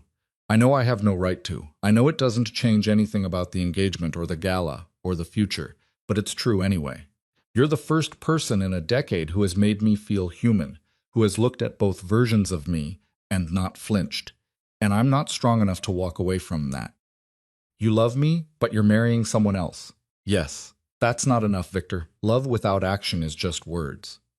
I know, and I'm asking you to accept it anyway, to keep doing this these nights, these conversations, even knowing where it leads, even knowing I can't give you the future you deserve. His forehead pressed against hers. I know I'm a bastard for asking. I know it's unfair, but I'm asking anyway. Era should have said no. She should have demanded he figure out a way to actually choose her or let her go. She should have had more self-respect than to accept being the secret while someone else got the ring and the public commitment. Instead, she kissed him, hard and angry and full of all the things she couldn't say out loud. Victor kissed her back with equal desperation. Both of them were aware they were clinging to something that was already disintegrating. When they broke apart, Ara said, I'm going to the gala. Anna is arranging it. Victor's expression went dark. No, absolutely not. It's not a request. Ara, listen to me. That event will be full of people who would kill you just to hurt me, who would see you as a weakness to exploit. You cannot. I need to see it. I need to watch you choose her, even if it's just for show, so I can stop lying to myself about what this is. And what is it? Temporary. Like you said, something we both know won't last, but we're too scared to end. Ara stepped back, putting physical distance between them. Go. You're still supposed to be the crime lord, and the crime lord doesn't chase after his entertainment when she skips a night. People will notice. Victor looked like he wanted to argue. Instead, he said, I can't protect you at the gala. If you attend, you're on your own. I'm always on my own. That's kind of my thing. He left without another word, the door closing with a finality that felt like foreshadowing. The next 2 days crawled past. Era didn't go to Victor's room, and he didn't come to hers. Anna brought news that she had secured Ara's position as serving staff at the gala. It was the safest way to get her in without raising questions. She would be invisible, just another woman in a uniform carrying champagne, which was exactly what Ara wanted. Saturday arrived with gray skies that threatened snow. Anna brought a server's uniform that fit properly and began coaching Ara on how to move through the crowd without drawing attention. Keep your head down. Don't make eye contact with the guests. If anyone speaks to you, respond minimally and move on. These people, Anna's expression was grim. They're the worst humanity has to offer. Predators in expensive clothes. Don't give them any reason to notice you. What about Victor? Especially not him. If people realize you're connected, you become a target. And Catherine's father, Gregor Volkov, he's not a man who tolerates competition. He sees everything as a threat to be neutralized. Era nodded, trying to project a confidence she didn't feel. She was about to walk into a room full of criminals and pretend to be furniture while watching the man she loved announce his engagement to someone else. This was either the bravest or stupidest thing she had ever done, possibly both. The gala was being held in the mansion's ballroom, a space Ara hadn't even known existed. When she followed the other servers through the service entrance that evening, she stopped breathing for a second. The room looked like something from a movie about old money elegance. Crystal chandeliers, marble floors, walls hung with art that probably cost more than most people made in a lifetime. and it was full of monsters wearing designer suits and couture gowns. Ara grabbed a tray of champagne flutes and started circulating, keeping her head down like Anna had instructed. She listened to snatches of conversation as she moved, discussions of territory and shipments and people who had disappeared recently. Everyone spoke in code, but the meaning was clear. These were the people who made the city's darkness possible, and Victor controlled all of them. She caught her first glimpse of him an hour into the event. He stood near the far end of the ballroom, surrounded by men in expensive suits who laughed too loud at his quiet comments. He looked like power personified, a tailored tuxedo, perfect posture, the kind of presence that made other people orient themselves around him. And beside him, holding his arm with practiced ease, was Catherine Volkov. She was beautiful in the way. Magazine covers are beautiful, cold and perfect, and completely inaccessible. Blonde hair swept into an elaborate updo. A dress that probably cost more than Ara's father's debt. Diamonds at her throat that caught the light with every breath. She smiled at Victor with the confidence of someone who had never questioned her right to stand beside powerful men. Ara felt something twist in her chest. This was Victor's future. This elegant, perfect woman who fit seamlessly into his world. Not a broken waitress from Queens who told stories in the dark. She was refilling her tray at the service station when the lights dimmed slightly. The crowd quieted. Victor stepped onto a small raised platform at one end of the ballroom, Catherine still at his side. "Thank you all for coming." Victor's voice carried across the room with easy authority. "Tonight marks a significant moment for our organization. As many of you know, relations with the Volkov family have been strained in recent months. Tonight we put those tensions to rest." He turned to Catherine, taking her hand. "Catherine has agreed to become my wife. Our union will strengthen both our families and bring stability to territories that have seen too much conflict. I hope you'll join me in celebrating this alliance." The crowd erupted in applause.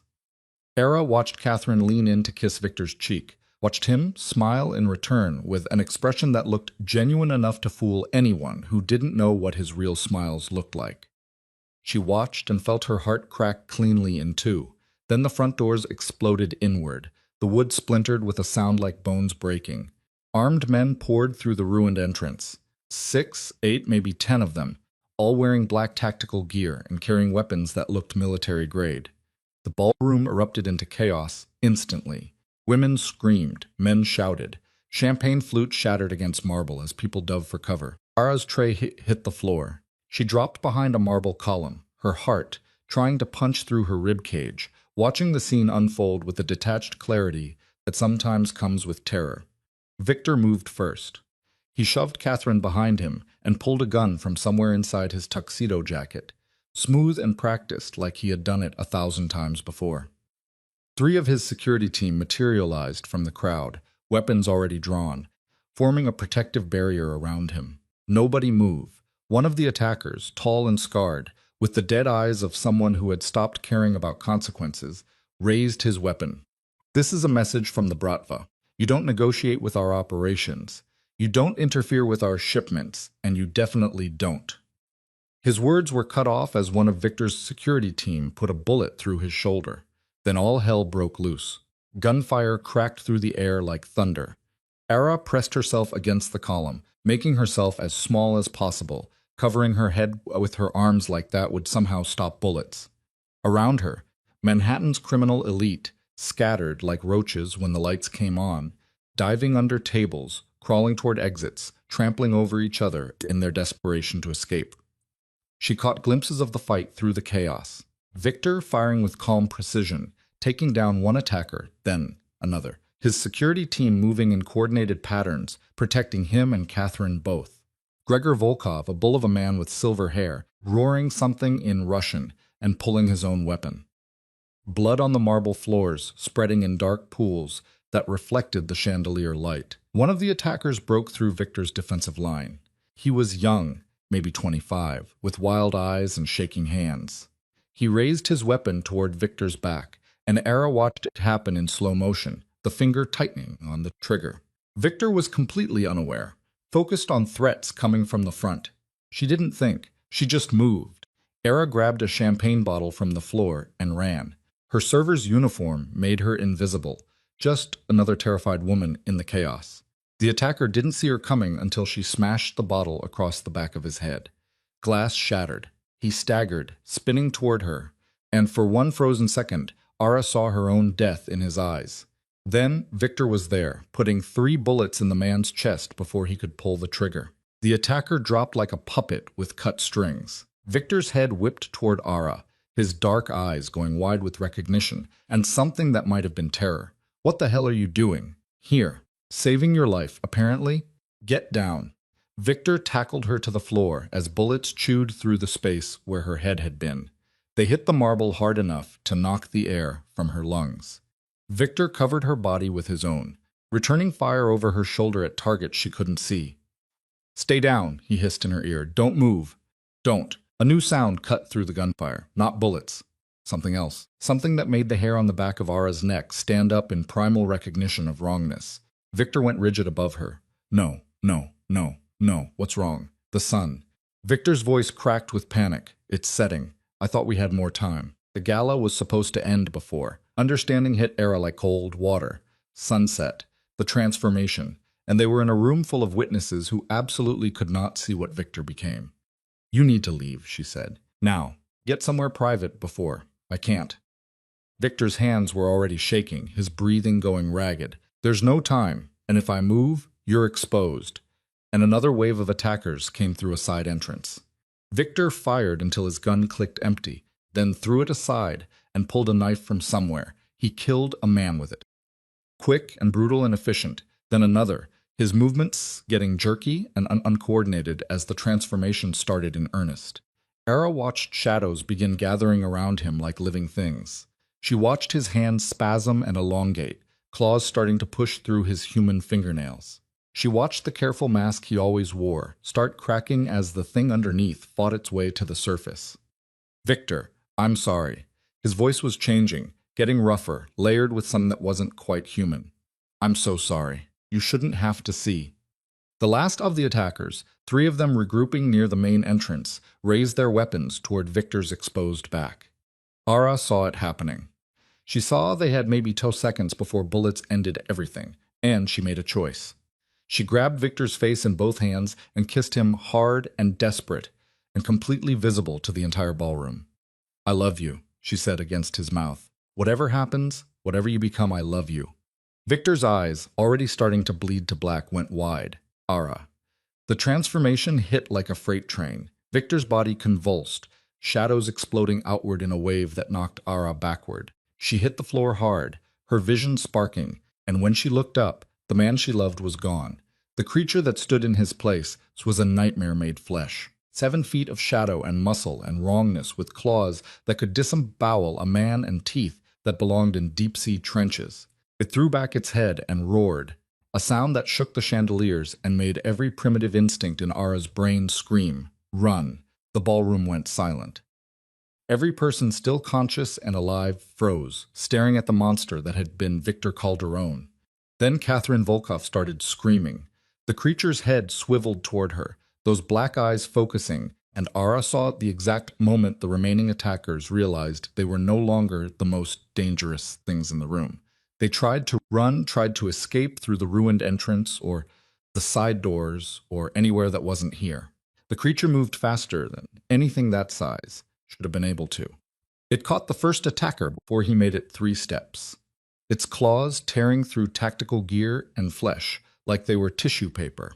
Blood sprayed across the marble in arterial patterns. The man's scream cut off, wet and final. The other 2 attackers opened fire, bullets punching into the shadow flesh with sounds like rocks hitting mud. The creature barely noticed. It killed them both with the casual efficiency of someone swatting flies. Then it turned its attention to the ballroom full of terrified criminals. "Victor." Ara's voice came out steady despite the terror clawing at her throat. "Victor, that's enough. They're down. You won." The creature's head swiveled toward her. For a horrible second, she thought there was nothing human left behind those black eyes, that she was about to die the same way the attackers had. Then it made a sound, low and questioning and somehow achingly familiar. "It's me," Ara said quietly, pushing herself to her feet despite her screaming muscles. "It's Ara, remember. I tell you stories about monsters and the people who love them. Anyway, the creature took a step toward her. The entire ballroom tensed, expecting violence. Instead, it lowered itself down, making itself smaller, less threatening, and made another sound. This one was almost like a whimper. Era crossed the distance between them on shaking legs, every nerve ending screaming at her to run. She reached out and touched the creature's face. Victor's face, however transformed, feeling shadow flesh that was simultaneously solid and insubstantial under her palm. "I see you," she whispered. "Both of you, monster and man, and I'm not afraid." The creature's eyes closed. When they opened again, something wet tracked down its face. Tears, Ara realized. It was crying. Behind her, someone Gregor Volkov, she thought, said, in a voice rough with shock. "What is this? What is he?" Ara turned to face the room full of Manhattan's criminal elite. They stared back at her with expressions ranging from horror to fascination to calculation. Catherine had stopped screaming, but looked like she might start again at any moment. Victor's security team stood frozen, unsure whether to protect their transformed boss or run for their lives. And standing near the destroyed entrance, having arrived sometime during the chaos, was an old man in a priest's collar. He looked at the creature that was Victor Calderon with eyes that held no surprise at all. "The Calderon curse," the old man said, his voice carrying clearly through the shocked silence. 6 generations. I wondered if this one would finally break it. "Who the hell are you?" Gregor demanded. "Father Mikhail. I served Victor's grandfather before he died. I'm familiar with the family's particular burden." The priest moved forward slowly, keeping his hands visible. "The curse was laid by a woman named Katerina Volkov. Actually, perhaps you've heard of her, Gregor, your great-great-grandmother. The one your family doesn't like to mention." Gregor's face went through several interesting color changes. "That is a myth, a story to scare children. Is it? Because I'm looking at living proof that it is very real." Father Mikhail stopped a respectful distance from the creature. Katerina was bitch, the real kind, not the fairy tale version. She laid a curse on the Calderon line after Victor's ancestor betrayed her daughter. Every male Calderon since has carried the burden. Human by day, monster by night, torn between two forms that can never fully integrate. "There has to be a way to break it," Ara said. Her hand was still on the creature's face, feeling it lean into her touch. "Curses always have conditions." "They do. This one requires something most people aren't capable of." Father Mikhail met Ara's eyes. True love, not the fairy tale kind where everything is easy. Real love that sees both halves and chooses them anyway. Love that is tested by fire and doesn't break. "I choose him," Ara said immediately. "Both versions." "I already told him that. Choosing isn't enough. You have to prove it in front of witnesses. You have to stand before the world and declare that you see what he is, monster included, and love him regardless, that you bind yourself to him, knowing exactly what that means." The creature made a sound like broken glass. Its massive head shook back and forth, emphatic in its denial. "Victor says no," Ara translated, somehow understanding the creature's sounds. "He doesn't want me to risk it. Doesn't want me bound to. I don't care what he wants." Era moved to stand in front of the creature, forcing it to look at her. "You don't get to make this decision for me. You don't get to protect me from my own choices." The creature's claws came up, gesturing frantically. More sounds that Ara's heart translated, even if her brain couldn't fully process them. "You deserve better. You should run. I'm a monster who will destroy you." "Yeah, you probably will. We'll probably destroy each other in a dozen different ways." Ara grabbed one massive clawed hand in both of hers. "But I'd rather have that than spend the rest of my life wondering what we could have been." "The girl's insane," someone in the crowd muttered. "The girl's in love," Father Mikhail corrected. "There is often not much difference." He turned to address the ballroom. "You've all seen what Victor Calderon truly is. You've seen the curse that's driven his family for generations, and now you'll witness either its breaking or its continuation." Era Whitmore, "Wait." Catherine's voice cut through the priest's words. She stepped forward. Her perfect composure was cracked, but still mostly intact. "I'm his fiancée, if anyone is going to break this curse. You're a strategic alliance, who screamed when you saw his true form," Ara said flatly. "I'm the woman who has been sitting with him through every transformation for weeks, who has held him while he changed and told him stories and loved him anyway. There's no competition here." Catherine's mouth opened and closed. Then she looked at her father, at the creature, at the crowd of witnesses. I can't marry that. I won't. Then the engagement is dissolved, Gregor said heavily. He looked at Victor, the monster version, with something almost like pity. I had no idea. The Volkov curse come home to roost. Your great-great-grandmother would have appreciated the irony. Someone better appreciate something fast. Anna's voice came from near the service entrance. She stood with Sophie and several other women from the house. All of them were armed with weapons they had clearly stolen from fallen attackers. Because we've got NYPD sirens getting closer, and this is not a scene we want them arriving at. Father Mikhail spoke quickly. Whitmore, do you stand before these witnesses and declare your love for Victor Calderon? Not just as the man he appears to be by day, but the creature he becomes by night. Do you accept both halves, knowing they come as a package that cannot be separated? I do. And do you bind yourself to him willingly with a full understanding of what his world entails? The violence, the darkness, the constant danger? I do. Then speak the words that will either break 6 generations of suffering or condemn you both to share it. Tell him. Tell everyone exactly what he is to you. Era looked up at the creature that was Victor, at the black eyes that held so much pain and hope and terror. She thought about the man who had called her extraordinary, who had listened to her stories like they mattered, who had made her feel seen for the first time in years. She thought about the monster who had cried when she touched him, who had protected her even while transforming, who had chosen to suffer alone rather than risk her safety. And she said the words that had been building in her chest for weeks. You're a monster. You're absolutely a monster by day when you run a criminal empire built on human suffering, and by night when you transform into this. You're cruel and dangerous and morally compromised in ways I'm still learning to understand. You've done terrible things and will probably do more. You're trapped in a curse you never asked for, torn between forms that both hurt in different ways. And I love you. I love both of you. The man who drinks expensive bourbon and paces when he's thinking. The creature who curls around me protectively and cries when I touch him gently. You're not perfect, and neither am I. But we're broken in compatible ways, and that's enough. That is more than enough. I choose you, both versions, forever, no matter what comes next. The silence that followed felt heavy enough to collapse the building. Then light exploded from the creature's chest. Not metaphorical light, actual blinding, brilliant light that made everyone in the ballroom throw up their hands to shield their eyes. Ara felt heat wash over her, felt the creature's hand spasms in hers, and heard a roar that might have been pain or triumph, or both. When the light faded, Victor Calderon stood in front of her, human, completely human. His tuxedo was shredded from the transformation. Blood and shadow residue covered his skin, but his eyes were a normal brown and his hands were a normal size, and there wasn't a trace of the creature left anywhere visible. He stared at Ara like she had performed a magic trick. Did you do that, actually?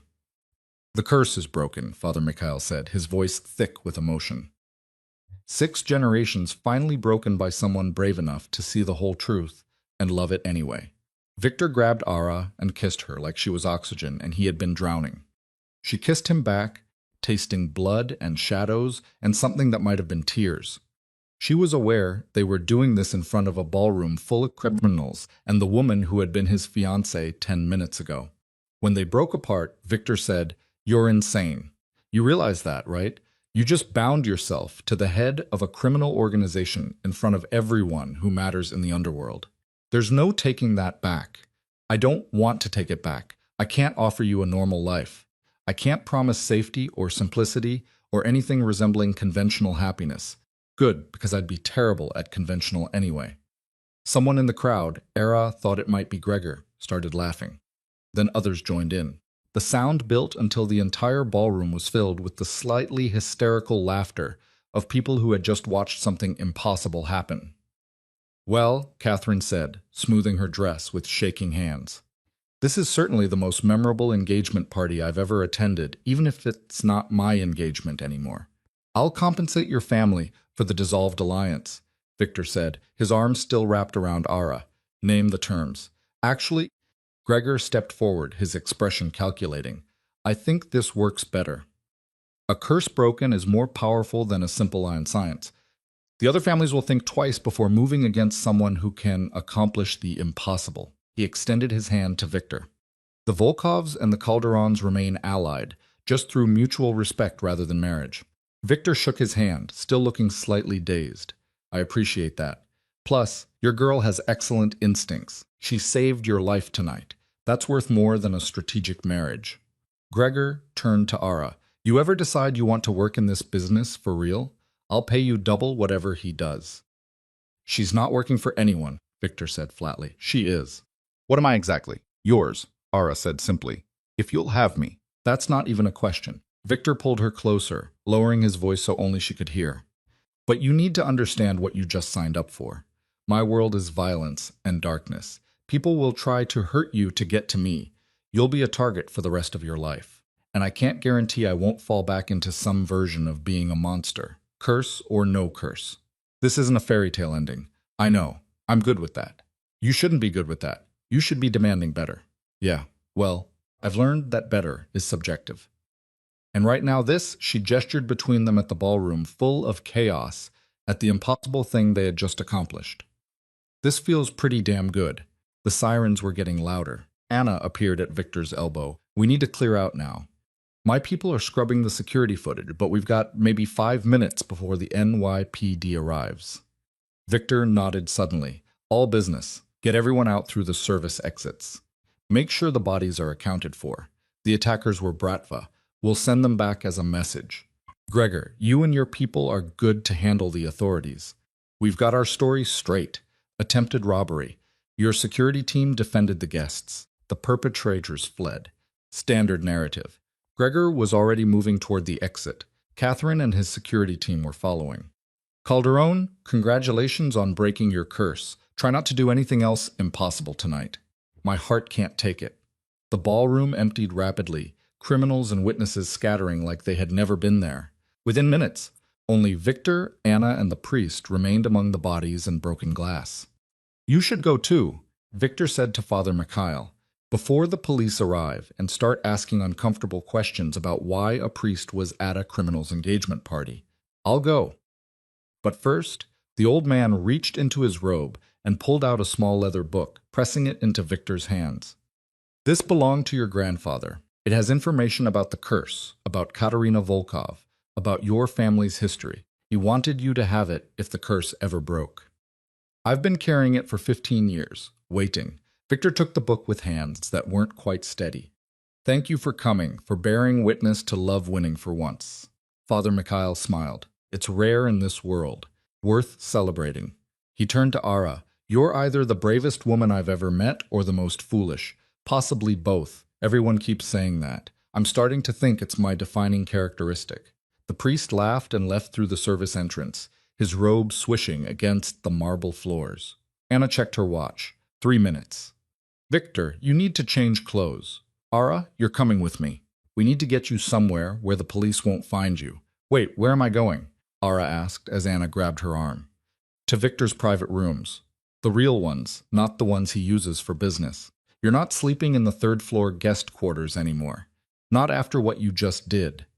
Anna was already pulling her toward a hidden door in the ballroom's paneling. Come on, move. Victor caught Ara's other hand before Anna could drag her away completely. I'll find you as soon as I deal with the police and the cleanup. Don't go anywhere. Where would I go?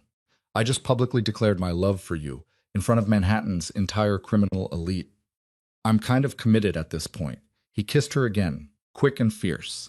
I love you even though it's a disaster, even though we're both probably insane. Especially because we're both insane, Ara corrected. Then Anna was pulling her through the hidden door, down a narrow servants' corridor upstairs that twisted in ways that made no architectural sense. They emerged in a part of the mansion Ara had never seen. Quieter, more private, decorated with actual warmth instead of the cold elegance of the public spaces. These are Victor's personal quarters, Anna explained, pushing open a heavy wooden door. No one comes here without his explicit permission. You'll be safe. The rooms beyond were beautiful, lived-in beautiful, not museum beautiful.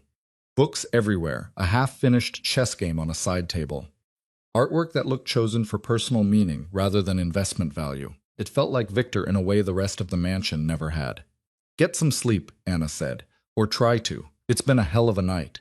Anna, the women downstairs, Sophie and the others, what happens to them now? Anna's expression softened. I don't know. That's between you and Victor. But if you're serious about being his partner, really his partner, not just the woman he keeps in his rooms, you'll have the power to change things. Use it well. She left, closing the door with a soft click. Ara stood in the center of Victor's private space, still wearing a shredded server's uniform, covered in blood and champagne and the residue of impossible things, and tried to process everything that had happened in the last few hours. She had watched a gala turn into a war zone, had saved Victor's life, had watched him transform in front of witnesses who absolutely shouldn't have seen, had broken a sixth-generation curse through sheer stubborn love, had dissolved his engagement and claimed him publicly in the most dramatic way possible.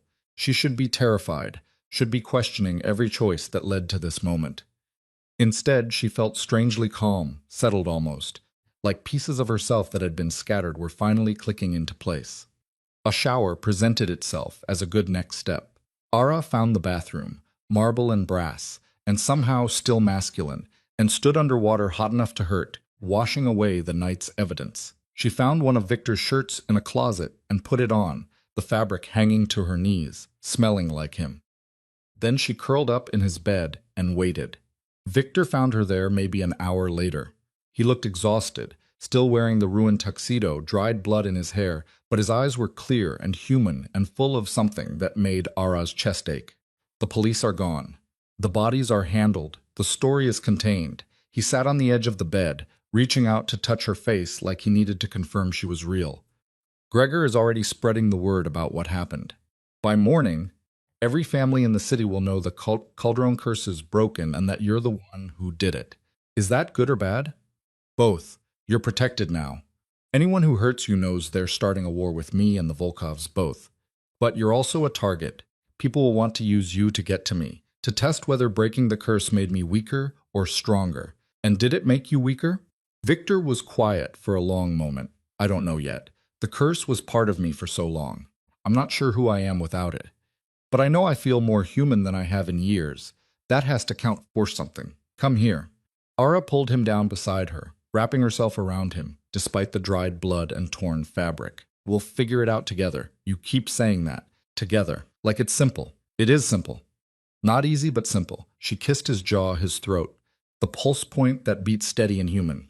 I love you. You love me. Everything else is just details. Victor laughed, broken and relieved, and maybe a little bit hopeful. You're going to turn my entire world upside down, aren't you? Absolutely. Starting with the women downstairs, we're going to fix that situation. Ara, I'm serious, Victor. I meant what I said about being your partner. That means I get a say in how things work. And I say we stop treating people like commodities. That's not how this world works. Then we change how this world works. You just broke a sixth-generation curse. I think we can handle reforming your business practices. Victor stared at her like she was speaking a foreign language.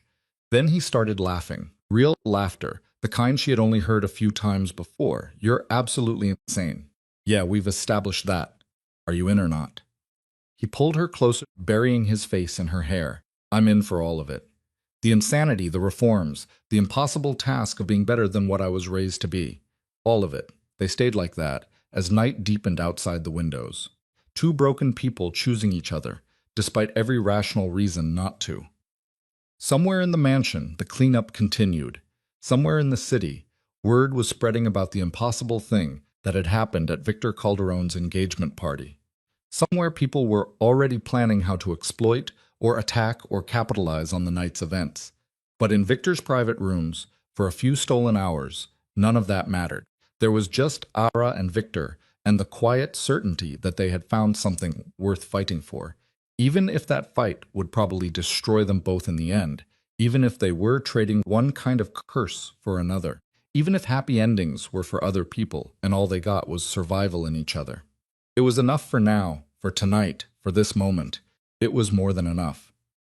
I've known since the second meeting, Victor continued, his voice cutting through the gunfire with eerie calm. You think I don't vet everyone who gets close to me? The engagement was bait, Gregor, and you took it exactly like I knew you would. Gregor's face contorted with rage. Kill him. Kill them all. The assault intensified. Victor's security was good, but they were outnumbered 3-1. Bodies dropped on both sides. Men in tuxedos and tactical gear alike crumpled to the marble floor. the air filled with the acrid smell of gunpowder and copper. Era watched it unfold from her position against the wall, paralyzed by the sheer violence. This was Victor's world, without the carefully maintained veneer, raw and brutal, and completely unforgiving. Then she saw the shooter. One of Gregor's men had circled around, positioning himself behind an overturned table with a clear line of sight to Victor's back. Victor was focused on the main assault, directing his team, completely unaware of the threat behind him. Era didn't think. She just moved. She grabbed a champagne bottle from a fallen tray and ran. Her server's uniform made her invisible in the chaos. The shooter had his finger on the trigger when Ara slammed the bottle against the back of his skull. It didn't shatter like in the movies, just made a sick thud that sent the man sprawling forward. The movement caught Victor's attention. He turned, saw the unconscious shooter, saw Ara standing there with a champagne bottle and shaking hands, and something in his expression shifted. "Get down," he shouted, but it was shooter had spotted her. Ara saw the gun swing toward her, saw the finger tighten on the trigger, and knew with absolute certainty she was about to die. Victor moved impossibly fast, his body a blur, as he threw himself between Ara and the shooter. The bullet caught him in the shoulder, spinning him around. He hit the floor hard, blood spreading across his white shirt in a bloom of crimson. No. Ara dropped to her knees beside him, her hands going to the wound automatically. "No, no, no, Victor. You shouldn't be here," he gasped. "Why are you here?" "Because I'm an idiot who can't let go even when I should. Press down on this. Keep pressure." Around them, the battle raged. But something was changing. Victor's security had regrouped, pushing Gregor's men back toward the shattered doors. The tide was turning, and then the sun set. Era felt it before she saw it. The way Victor's body went rigid beneath her hands, his eyes going wide with something like panic. "No," he whispered. Not here. Era, you need to run. I'm not leaving you. You don't understand the change. It's starting, and there are too many people." His voice broke off in a sound that was half groan, half growl. "I can't control it in combat. I'll kill everyone, including you." Shadows were already gathering around him, darker than the smoke filling the ballroom, moving with purpose instead of drifting. The temperature dropped so fast Ara could see her breath. Victor's hand shot out, grabbing her wrist with crushing strength. "Run, please. I'm begging you." The transformation hit like a wave. Victor's body convulsed, bones cracking and reforming, skin rippling as it darkened to living shadow. Era scrambled backward, but didn't run, watching in horror and fascination as the man she loved twisted into something else entirely.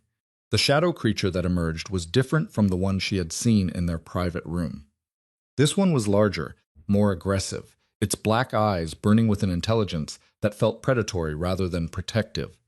It rose to its full height, easily 8 feet tall now, and roared with a sound that made the remaining chandeliers shake. The ballroom went silent. Everyone, Victor's people and Gregor's alike, stopped fighting to stare at the monster that had appeared in their midst. Gregor recovered first. "What the hell is that?" "That," Catherine said, her voice shaking, "is the Calderon curse, the real reason his family has held power for 6 generations. The thing that makes them unkillable."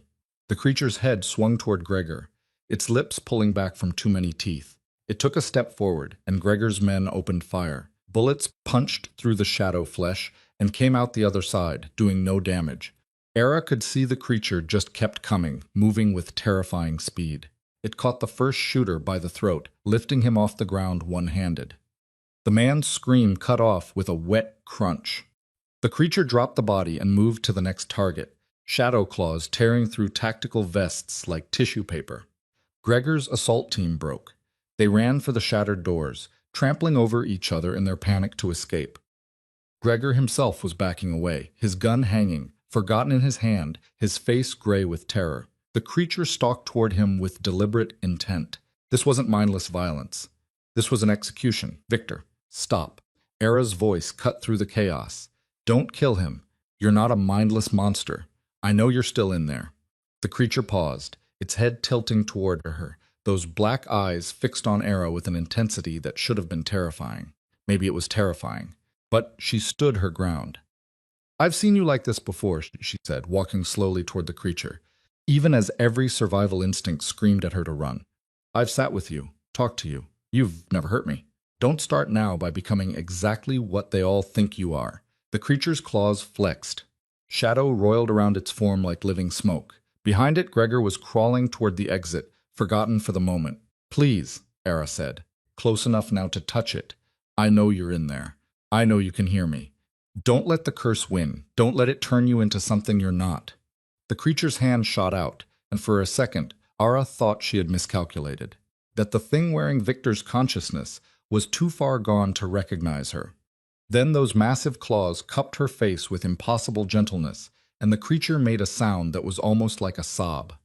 There you are, Era whispered, leaning into the touch. I see you, both of you, the man and the monster. And I'm not afraid. The creature pulled back, its form shuddering. When it looked at her again, something in those black eyes had shifted. More human, more Victor. Behind them, Catherine's voice rang out, sharp and clear. The curse can be broken. Every head in the ballroom turned toward her. She stood amid the wreckage and bodies, her perfect composure shattered, but her voice was steady. The Calderon curse, she continued. I researched it when my father first proposed the alliance. It's been in your family for 6 generations. A bargain made for power and immortality that chained every male heir to darkness. But there's a release clause. There's always a release clause. The creature, Victor, made a questioning sound. True love, Catherine said, and laughed bitterly. Of course, it is true love. It's always true love in these old contracts. Someone has to accept both halves completely. See you as human regardless of form. Choose you freely despite knowing what you are. Her eyes found Ara, which I'm guessing she has already done. I don't understand, Ara said. The curse splits you. Catherine addressed Victor directly. Man by day, monster by night, never whole.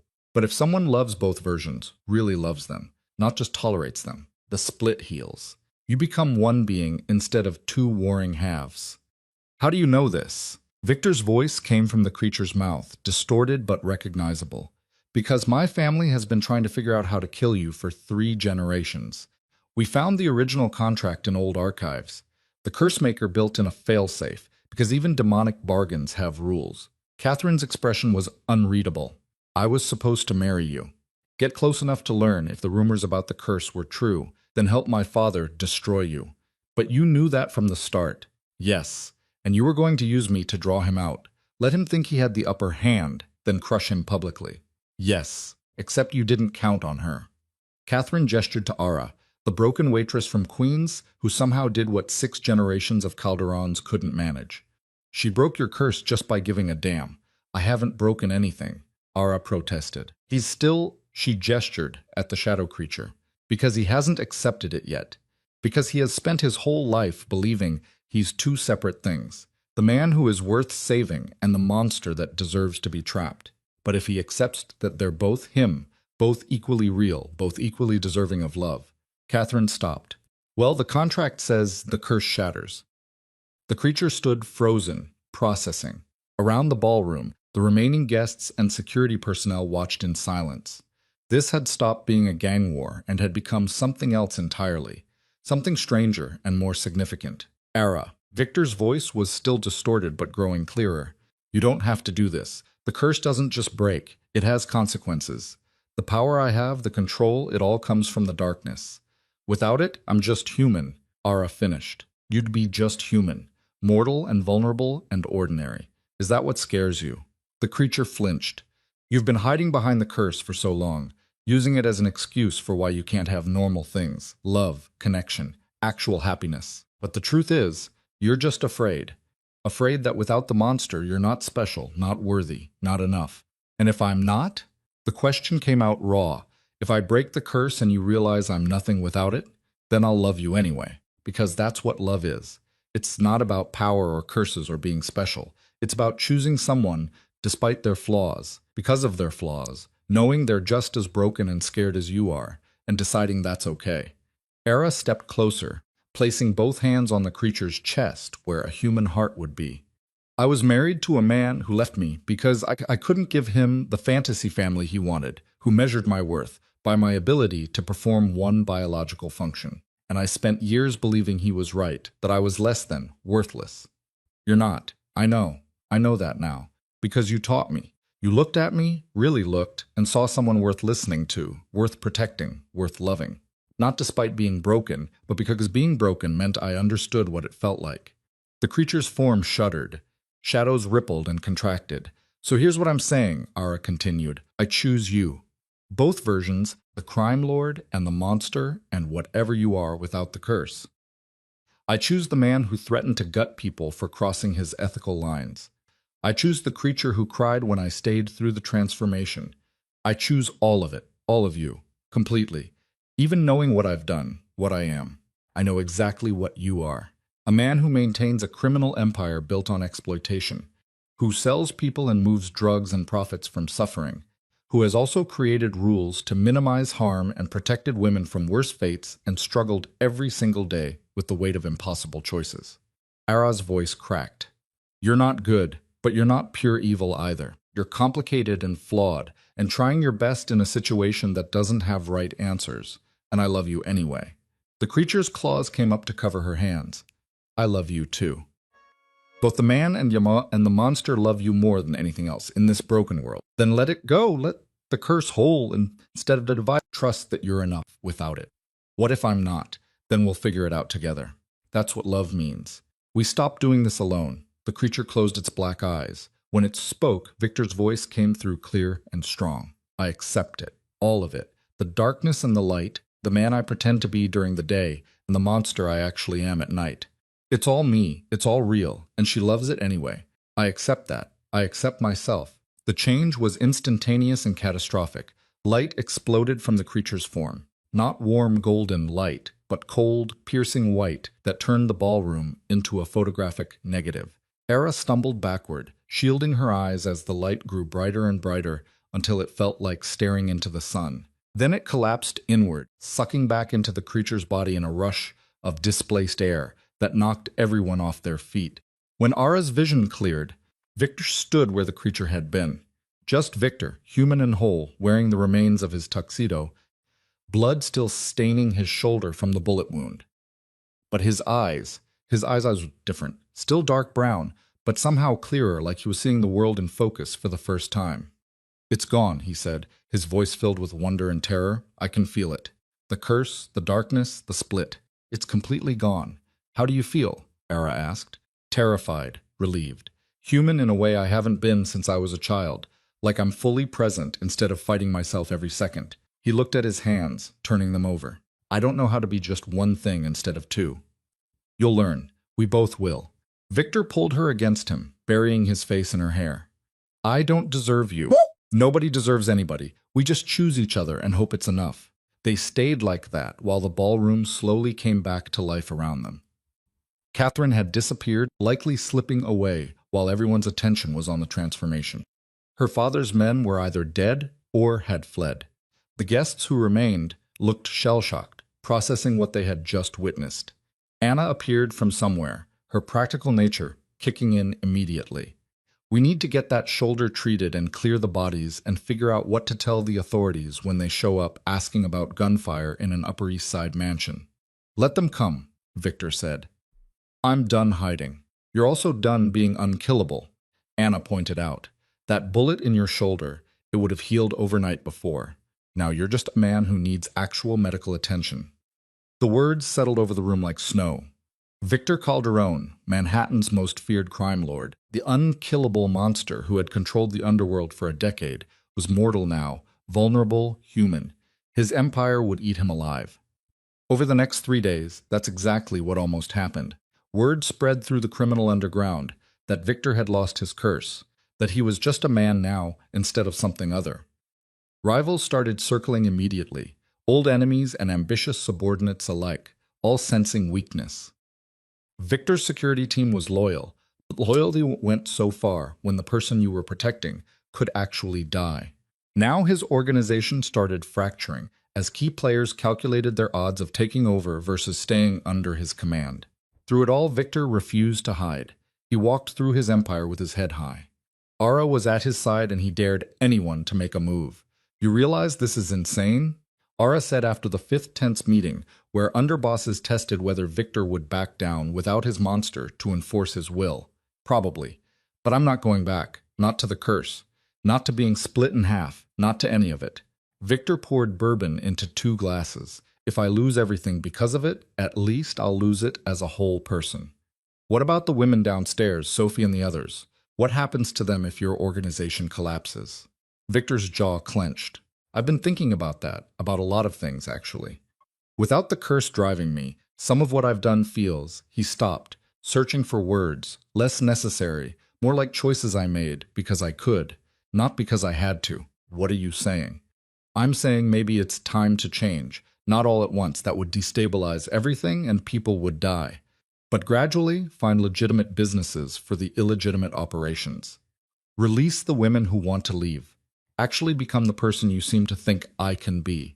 That's a pretty big shift from I am what I am. Take it or leave it. Yeah. Well, losing the curse gave me perspective. It turns out that when you're not fighting yourself every second, you have energy left over to actually evaluate whether the things you're doing make sense. Victor handed her a glass. I'm not going to transform overnight into some kind of humanitarian, but I can stop being actively evil. That's a start. It took 6 months to stabilize the empire after the gala. 6 months of tense negotiations and strategic eliminations and carefully managed transitions. Victor proved that even without supernatural power, he was still dangerous. His mind was sharp, his network extensive, and his willingness to be ruthless when necessary hadn't diminished with the curse. But things did change slowly, almost imperceptibly at first. The women in the basement were offered choices. Stay and work in legitimate positions with actual wages, or leave with enough money to start over somewhere else. Sophie chose to leave, heading to California with a check that would cover college tuition. She hugged Ara on her way out, whispering, "Thank you for showing us we could be more than furniture." The trafficking operations were wound down, transitioned to legitimate employment agencies that still made money, but didn't destroy lives in the process. The drug trade proved harder to extract from, but Victor started insisting on cleaner products and safer distribution, minimizing the body count, even if he couldn't eliminate it entirely.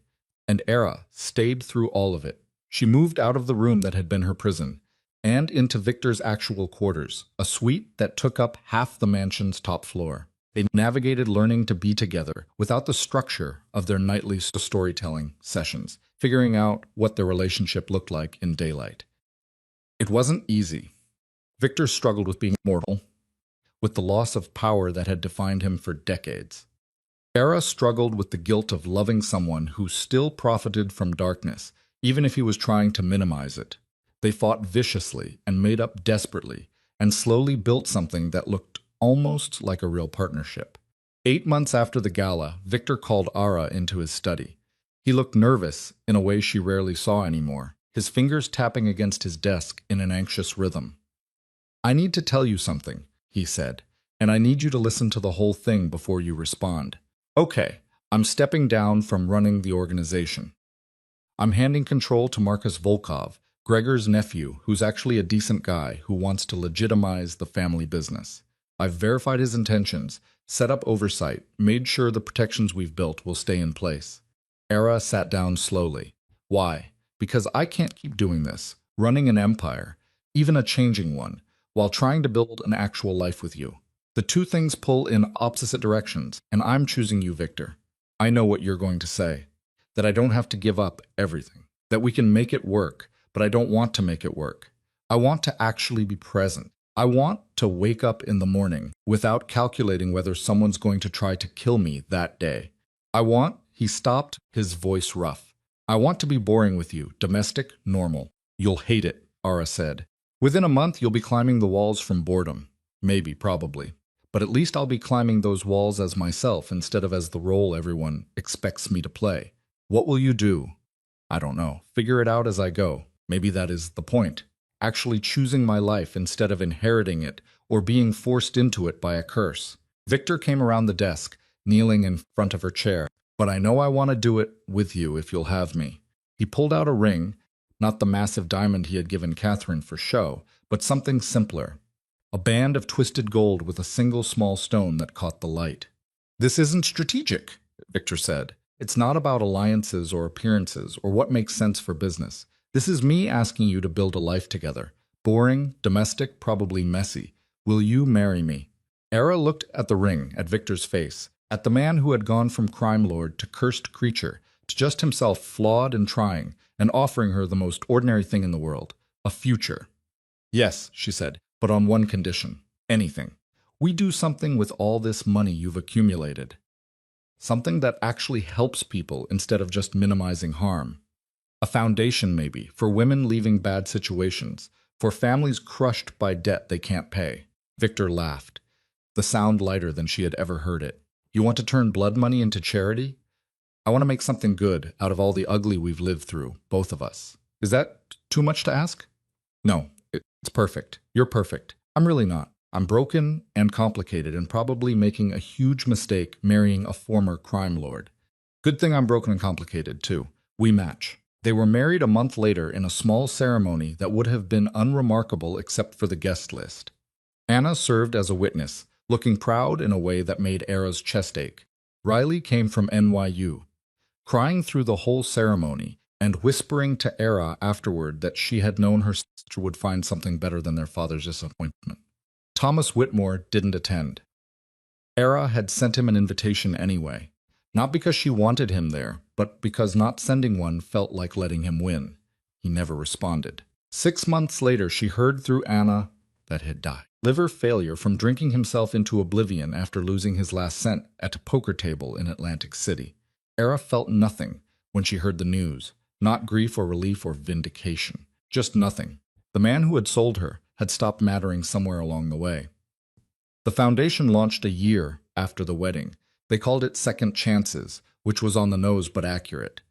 It provided housing for women escaping trafficking situations, legal help for families drowning in debt, and grants for people who just needed a hand up instead of a hand out. Era ran it with the same intensity she had once brought to telling stories in the dark. She knew these women, knew what it felt like to be measured and discarded, to be treated as less than, to survive by any means necessary. She built a place where they could be whole instead of broken, where their past didn't define their future. Victor helped in the background, using his connections and resources without putting his name on anything.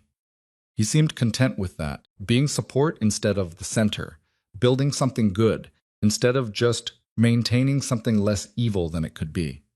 They settled into a life that was shockingly normal, a brownstone in Brooklyn instead of the mansion. Dinners cooked at home instead of prepared by staff. Movie nights and grocery shopping and all the mundane minutiae of existence that had seemed impossible a year earlier.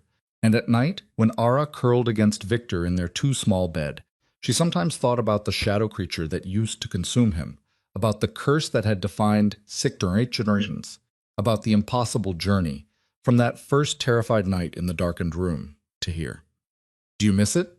She asked one evening, her head on his chest, listening to his very human heartbeat. The curse, the power, the invincibility, being something more than just a man. Victor was quiet for a long moment. Sometimes. When I read about violence in neighborhoods I used to control, when I see women in situations I could have prevented if I still had the organization, when I realize I'm actually going to age and die like everyone else. He pressed a kiss to her hair, but then I remember what it cost. Being split in half, fighting myself constantly, never being whole. And I think this is better. Being ordinary with you is better than being extraordinary alone. We're not that ordinary. We run a charity funded by crime money and live in a brownstone that's nicer than most people will ever afford. Fine, we're ordinary adjacent. The point stands. 2 years after the gala, Era got a phone call that changed everything again. Mrs. Calderon. The voice was professional, female, vaguely familiar. This is Dr. Martinez. I was your fertility specialist years ago when you were trying to conceive with your ex-husband. Era's stomach dropped. I remember. Is something wrong? Actually, I'm calling with unusual news. There was an error in your original diagnosis. A misreading of your test results that wasn't caught until we recently digitized old records. You're not infertile, Mrs. Calderon. You never were, your ex-husband was. The words didn't make sense at first. Era heard them, but they felt like they were in a foreign language. Her brain couldn't quite translate. What? Marcus Whitmore was the one with the fertility issues, not you. Severe oligospermia. Very low sperm count. Near 0, actually. The odds of natural conception would have been astronomically low. But the error in documentation attributed it to you instead of him.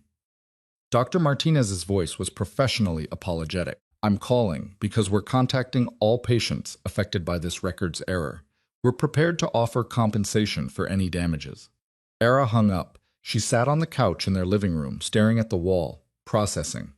Marcus had left her because he thought she was broken.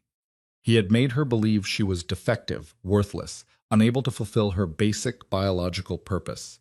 And the whole time it had been him. He was the one who couldn't have children. She should feel vindicated, relieved, something. Instead, she just felt tired. Victor found her there an hour later, still sitting in the same position.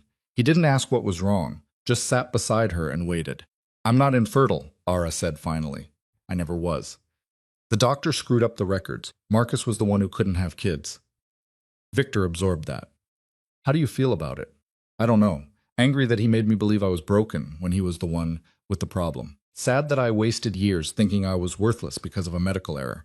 Relieved that maybe I'm not as fundamentally damaged as I thought. You were never damaged. Error or not, you were always whole. Easy to say now. Harder to believe when you've spent years being told otherwise. Yeah, I know something about that. Victor pulled her against him. The curse told me I was split, incomplete, half monster. Turns out, I was always whole too. I just believed the wrong story about myself.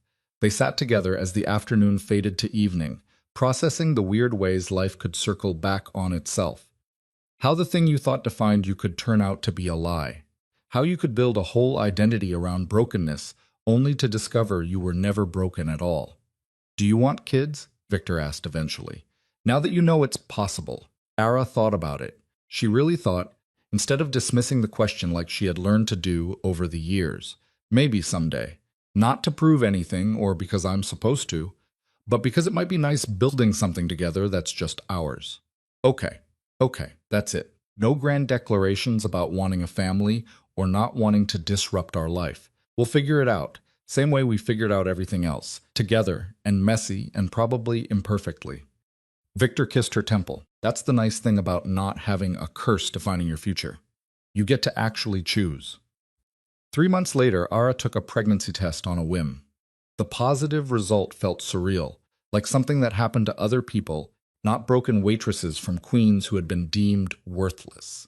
Except she wasn't that anymore. Yeah. She hadn't been for a long time. She was Ara Calderon, wife of a former crime lord, director of a foundation that helped hundreds of women every year.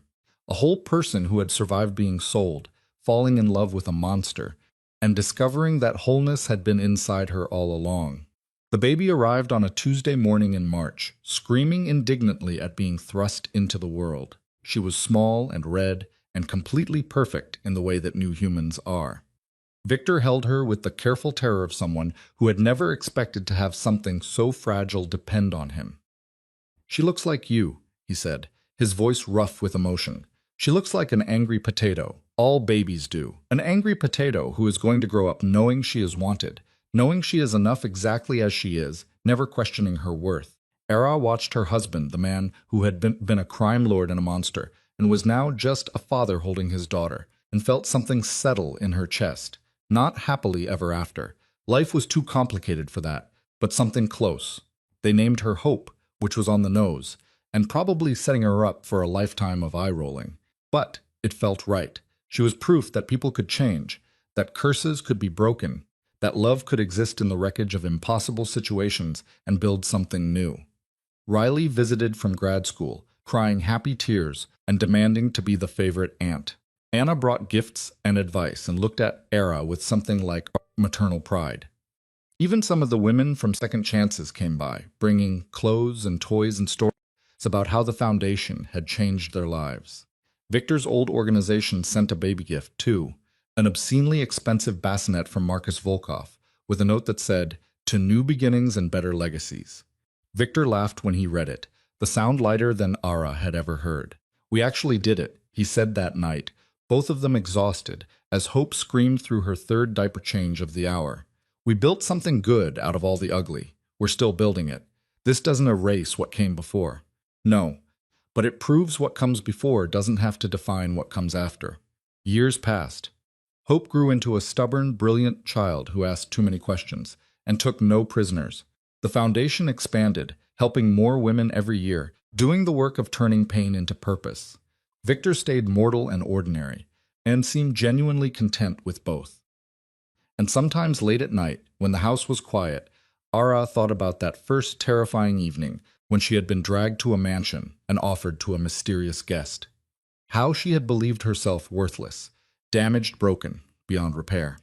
How a curse and a crime lord and an impossible love had taught her otherwise.